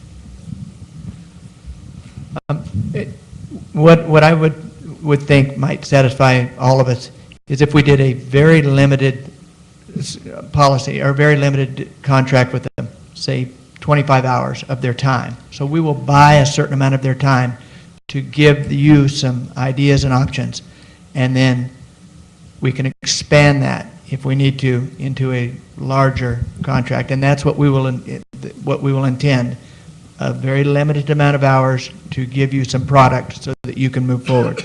Does that require a vote, or can we just direct that to be done? It's within our contracting authority. I don't know that we need to vote on it. You're essentially hiring them as a consultant. Right, with a very small amount.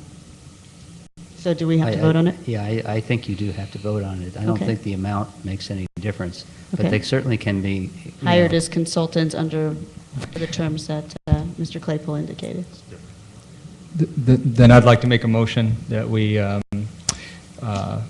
place a small contract with the Center for Collaborative Policy for 25 hours of their time. Up to. Up to 25 hours of their time. Let's make it up to 50 just in case. So amend my motion that we put out a short contract with the Center for Collaborative Policy for up to 50 hours of their time. And then, should we do them in separate motions? can do it together if And you then want. that we put out a second contract with Corinne's group for up to 50 hours of their time. Do I hear a second? Second. Okay, it's been moved and seconded that we approve 2 short-term, limited-hour contracts with the Center for Collaborative Policy and with the statewide, what would it be for the statewide database? It would not be with the statewide database, with Corinne McDonald.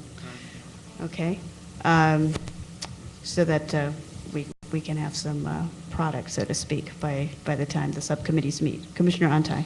And just to give a sense of direction, my take on what Gavina and I will be doing is to propose to them for up to 50 hours of their time, to give some idea of the scoping of work that they would propose this commission would have to do in order to conduct some major benchmark activities. Well, I would actually hope that if you're going to actually pay them, that you would actually get some alternatives that can be presented to the commission. If you're still only talking about the scoping, then I wouldn't pay them. To me, that I'm a consultant. I mean, I don't get paid to come up with a proposal. So if we're actually going to pay them, so I imagine there would be some unpaid hours where you'll need to have an initial conversation, and then you'll want them to work on some scenarios. For example, what if we did 10 meetings and we had 8 weeks to do it? What would that look like? You know. Mr. Claypool? All right, that's good. And That's good. if you could also amend this to allow me to either contract with Corinne or with the UC as whichever is appropriate. Okay. I guess clarification, so with the Sacramento State folks, are we just asking them to put together a roadmap, or are we asking, I mean, part of what what was powerful about the presentation was that they said that they went out and did the work. So it wasn't, we had, in a sense, 3 presentations, right? And one of them was, this is what we did, and then this is who we used to do it. And so we're not contracting with the person who said, oh, this is a great way to do it. It's the people who actually went out and did it. So I want more than a plan, I guess, from them. I'd like to get their sense of what it would take for them to actually do the work and if they're able to do it. And the time frame, not just in general, but for them. Well, that's what one of my questions was. When you look at contractors and consultants that are vying for business, and we're considering paying them, I've never paid for a proposal that they would be providing to me regarding their scope of work. And that's why I was wondering a little bit that we are limited because we're trying to use the interagency contract option to avoid the competitive, not avoid it, but I mean to move things expeditiously. So I think I see 2 different things. On the one hand, maybe we could suggest that the outreach and tech get a proposal from them, and then in that time frame, the 2 commissioners could also put together everything that we've talked about, for instance, on outreach and what our primary concerns are. Then when they take a look at the proposal that they're getting for free, not part of those hours and not prior to contracting, then they can go back to them and say, okay, you've been given a contract for a limited number of hours, and we'd like for you to put together what it would be for Claremont. I think that's kind of how I envisioned it. Yeah, being an experienced consultant myself, I will tell you that there could be a lot of work that goes into scoping a potential project, and they're going to need information in order to do that, and that probably should be pre-contract. And then for us to make decisions on key items that we may need to scope, we may actually need them to crunch some numbers for us and say, for example, to Karen, would you crunch the numbers for 50 locations of equal population? This is what we talked about before. So then there's actual work that she would actually need to do for us to consider, no, that's not what we really want, or yes, this is what we really want. So what I think we're trying to do is give Dan some freedom to move here in case our two subcommittees actually get far enough that they can, they can actually produce some product. They may or may not. I mean, it might just be a discussion, and as Commissioner Blanco, pointed out, I mean, may get a lot further with Ms. McDonald than we get with the Center for Collaborative Policy, just because they're more on the implementation side. I don't think we can predict this. I mean, I would say that we try to provide as much flexibility as possible because we're not going to meet for another couple of weeks.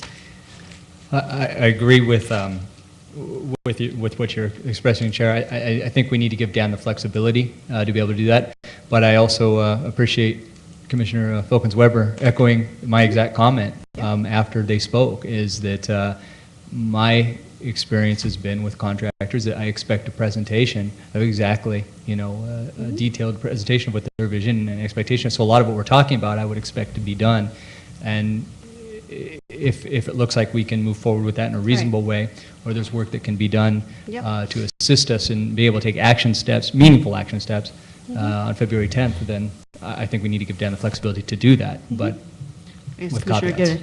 But typically, when you go out for a proposal, you put a document forth specifying what you're looking for and what kind of products or outcomes you're looking for.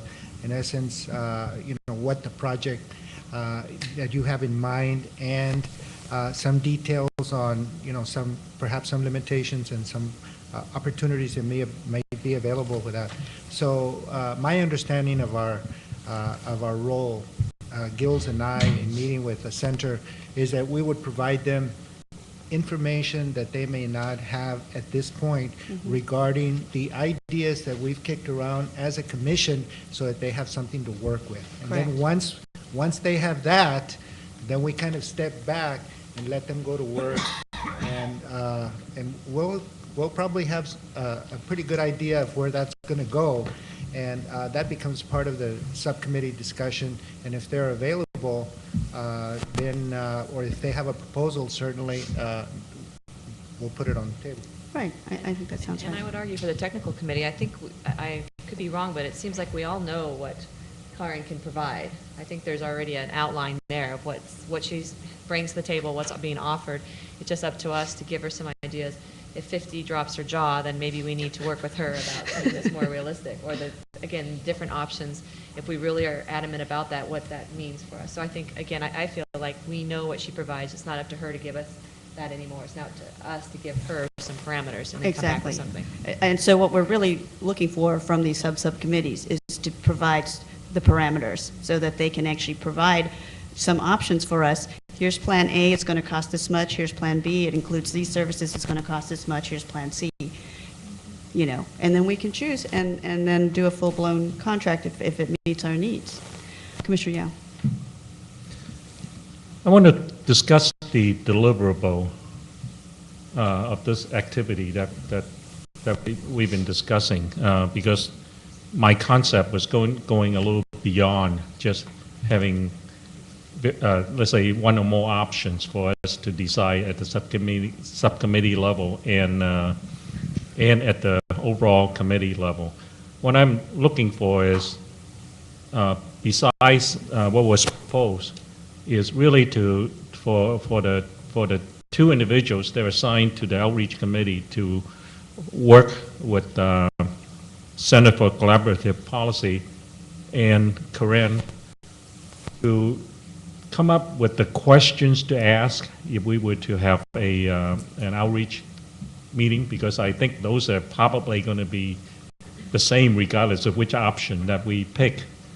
And if the subcommittee approves it, if the entire commission approves it, then we can basically do a, pardon me for using the same term again, pilot run on the Saturday or Sunday of that weekend, okay, and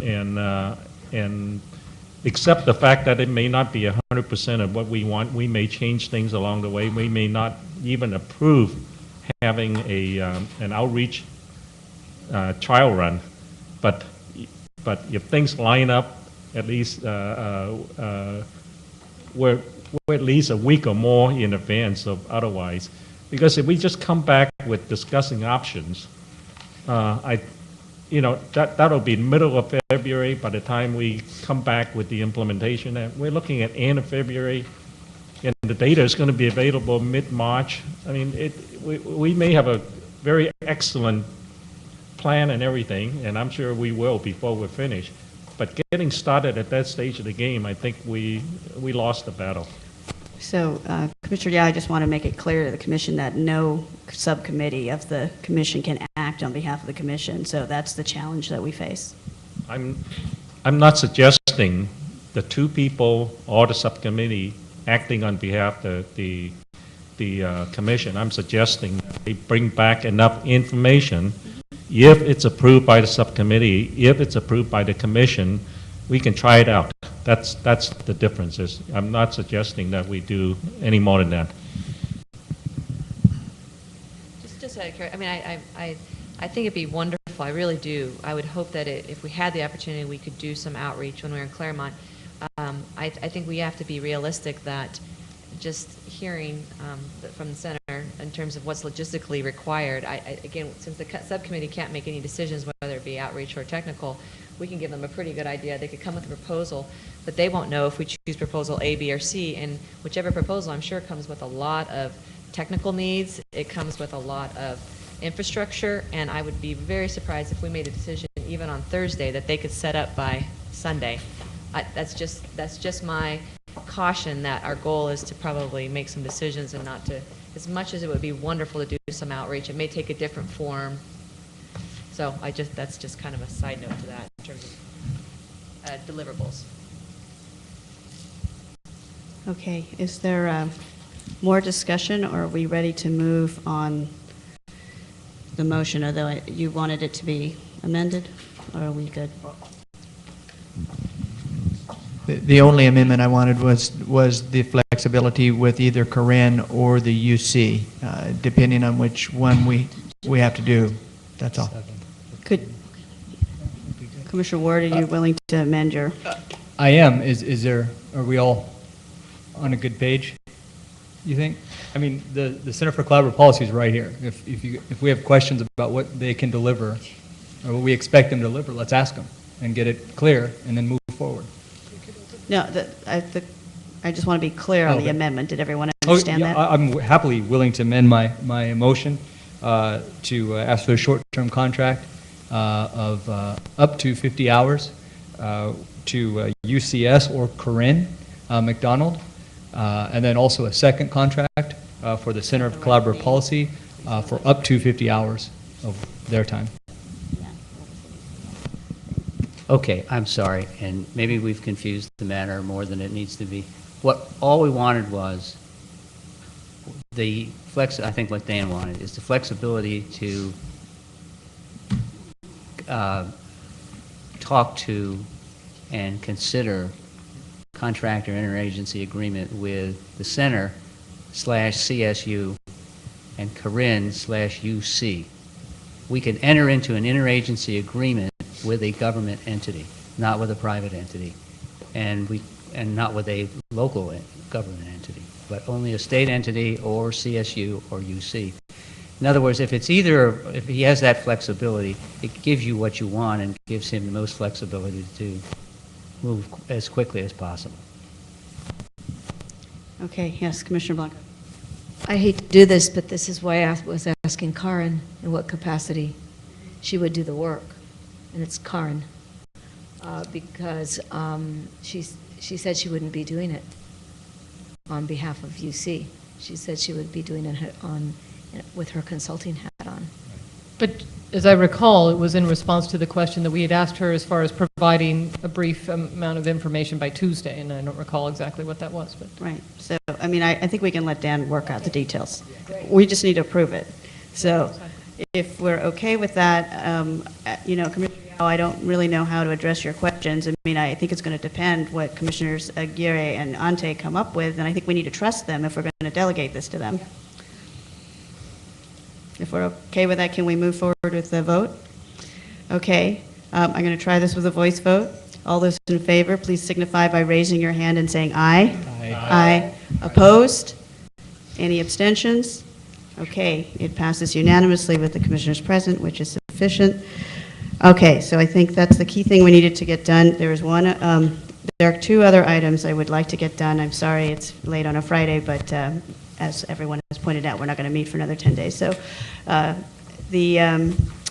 Dan has pointed out that our temporary approval of the salary schedule is probably not going to be meet muster for the State Controller's Office, meaning we can't pay our employees. So I would like to request that the Commission go ahead and approve it. We can change it at any time and amend it, and the Finance Administration Committee can look at it and look at alternatives. And can we just go ahead and approve the salary schedule as is with, again, putting a little trust in our fellow commissioners that they will look at this in the subcommittee and make any recommendations to change that if necessary. I move to adopt the fee schedule as listed.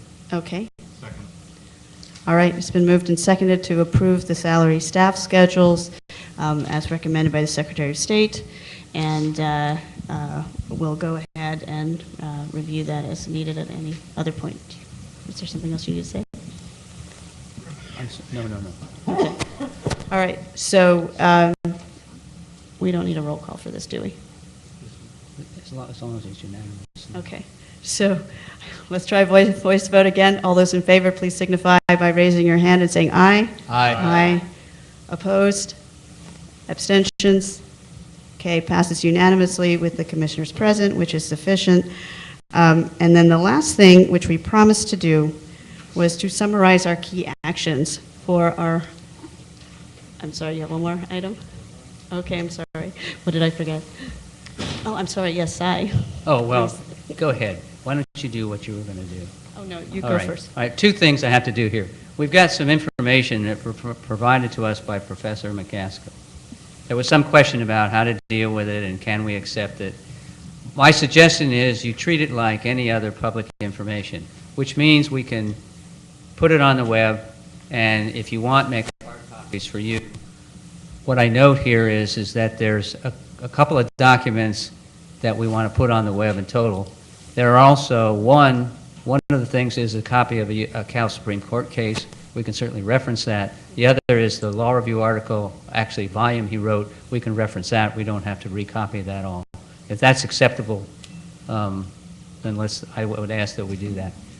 I believe that's acceptable. That's what I was thinking.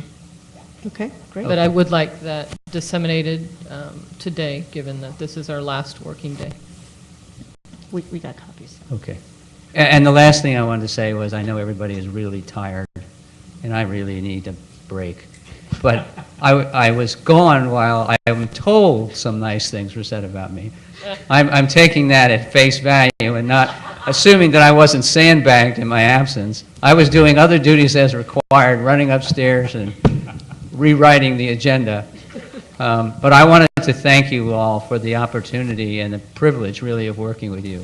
I have been in state service a long time, over 30 years, as a lawyer, and I've worked with a lot of commissions.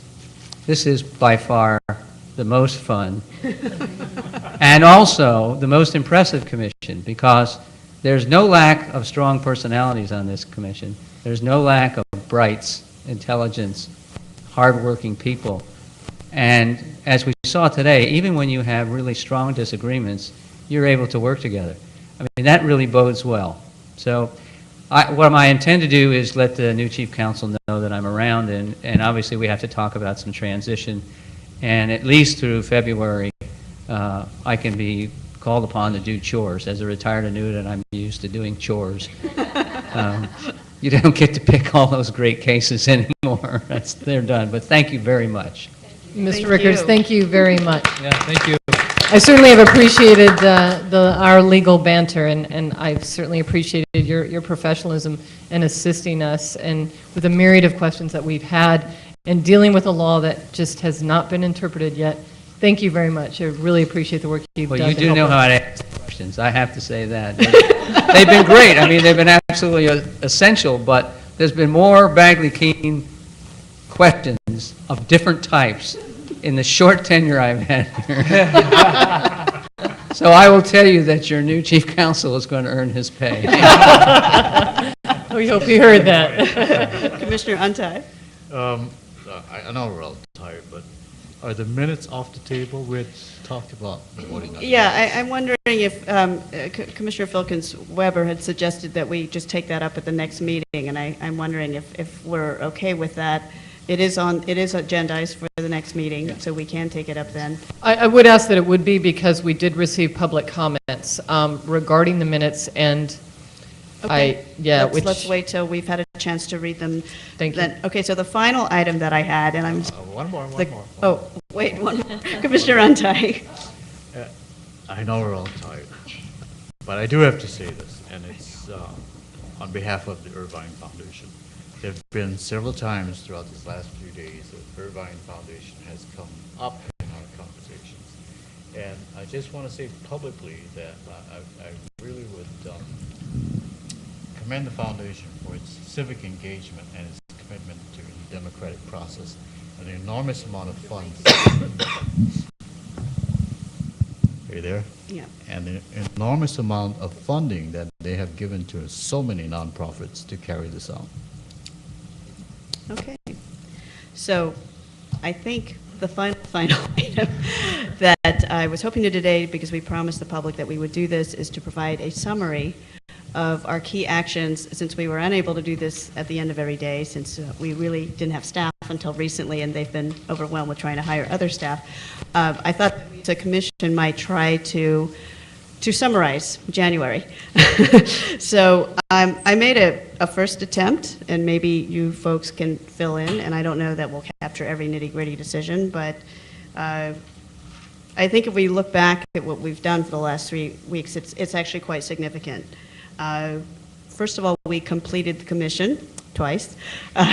We swore in 6 new commissioners, and then we today made our selection of replacement, the unfortunate resignation of former Commissioner Elaine Kuo, and we selected Angela Anchetta to be our new 14th commissioner. I think I know which committee he's going to be on. And we also did a lot of work around organizing ourselves as a commission, deciding on 5 subcommittees, coming up with how we were going to divide that up, coming up with scheduling for upcoming meetings, a fair amount of work on initial planning for major phases, deciding to meet outside of Sacramento for February and then to come back. We also, I think, made a huge amount of progress toward finishing all the housekeeping startup tasks that we've talked about. We hired an executive director and also an office manager, and today also a chief counsel and a communications director and 2 assistants. And we, approved salary schedules and kind of saw our new office. All that kind of has happened this month. And I think that we also today got our first expert presentations, and I think which are going to be really critical, because to me this is signaling the transition that we'll actually start working on the substance of what we've been put here to do. And over the course of the last 3 weeks, we've had a lot of discussions about philosophy on how we want to do outreach, and I think that will come to some a more clear form with definitely influenced by some of these expert presentations, and I think that will continue in February so that we will be ready to act with intention, as was suggested. Any other commissioner want to share thoughts on key actions that we've taken for the month of January? Or do we all want to go home since it's past 5 on a Friday? I just want to thank both chairs for the last few meetings. It's been difficult. This is an amazing amount of work, and to keep track of all of us and keep us in line and Robert's rules. But seriously, I'm watching carefully for when the rotation comes around. But really, thank you. It's been an honor to serve, and I know Peter feels the same way. Okay, unless there's any other business, we are going to adjourn until February. Commissioner Yao? I want to announce formally that Michael Ward is going to be the new chair effective on the commission meeting of February the 10th. That's right, along with Commissioner Galambos-Malloy as vice chair. Thank you. All right, the meeting is adjourned. We'll see you all February 10th.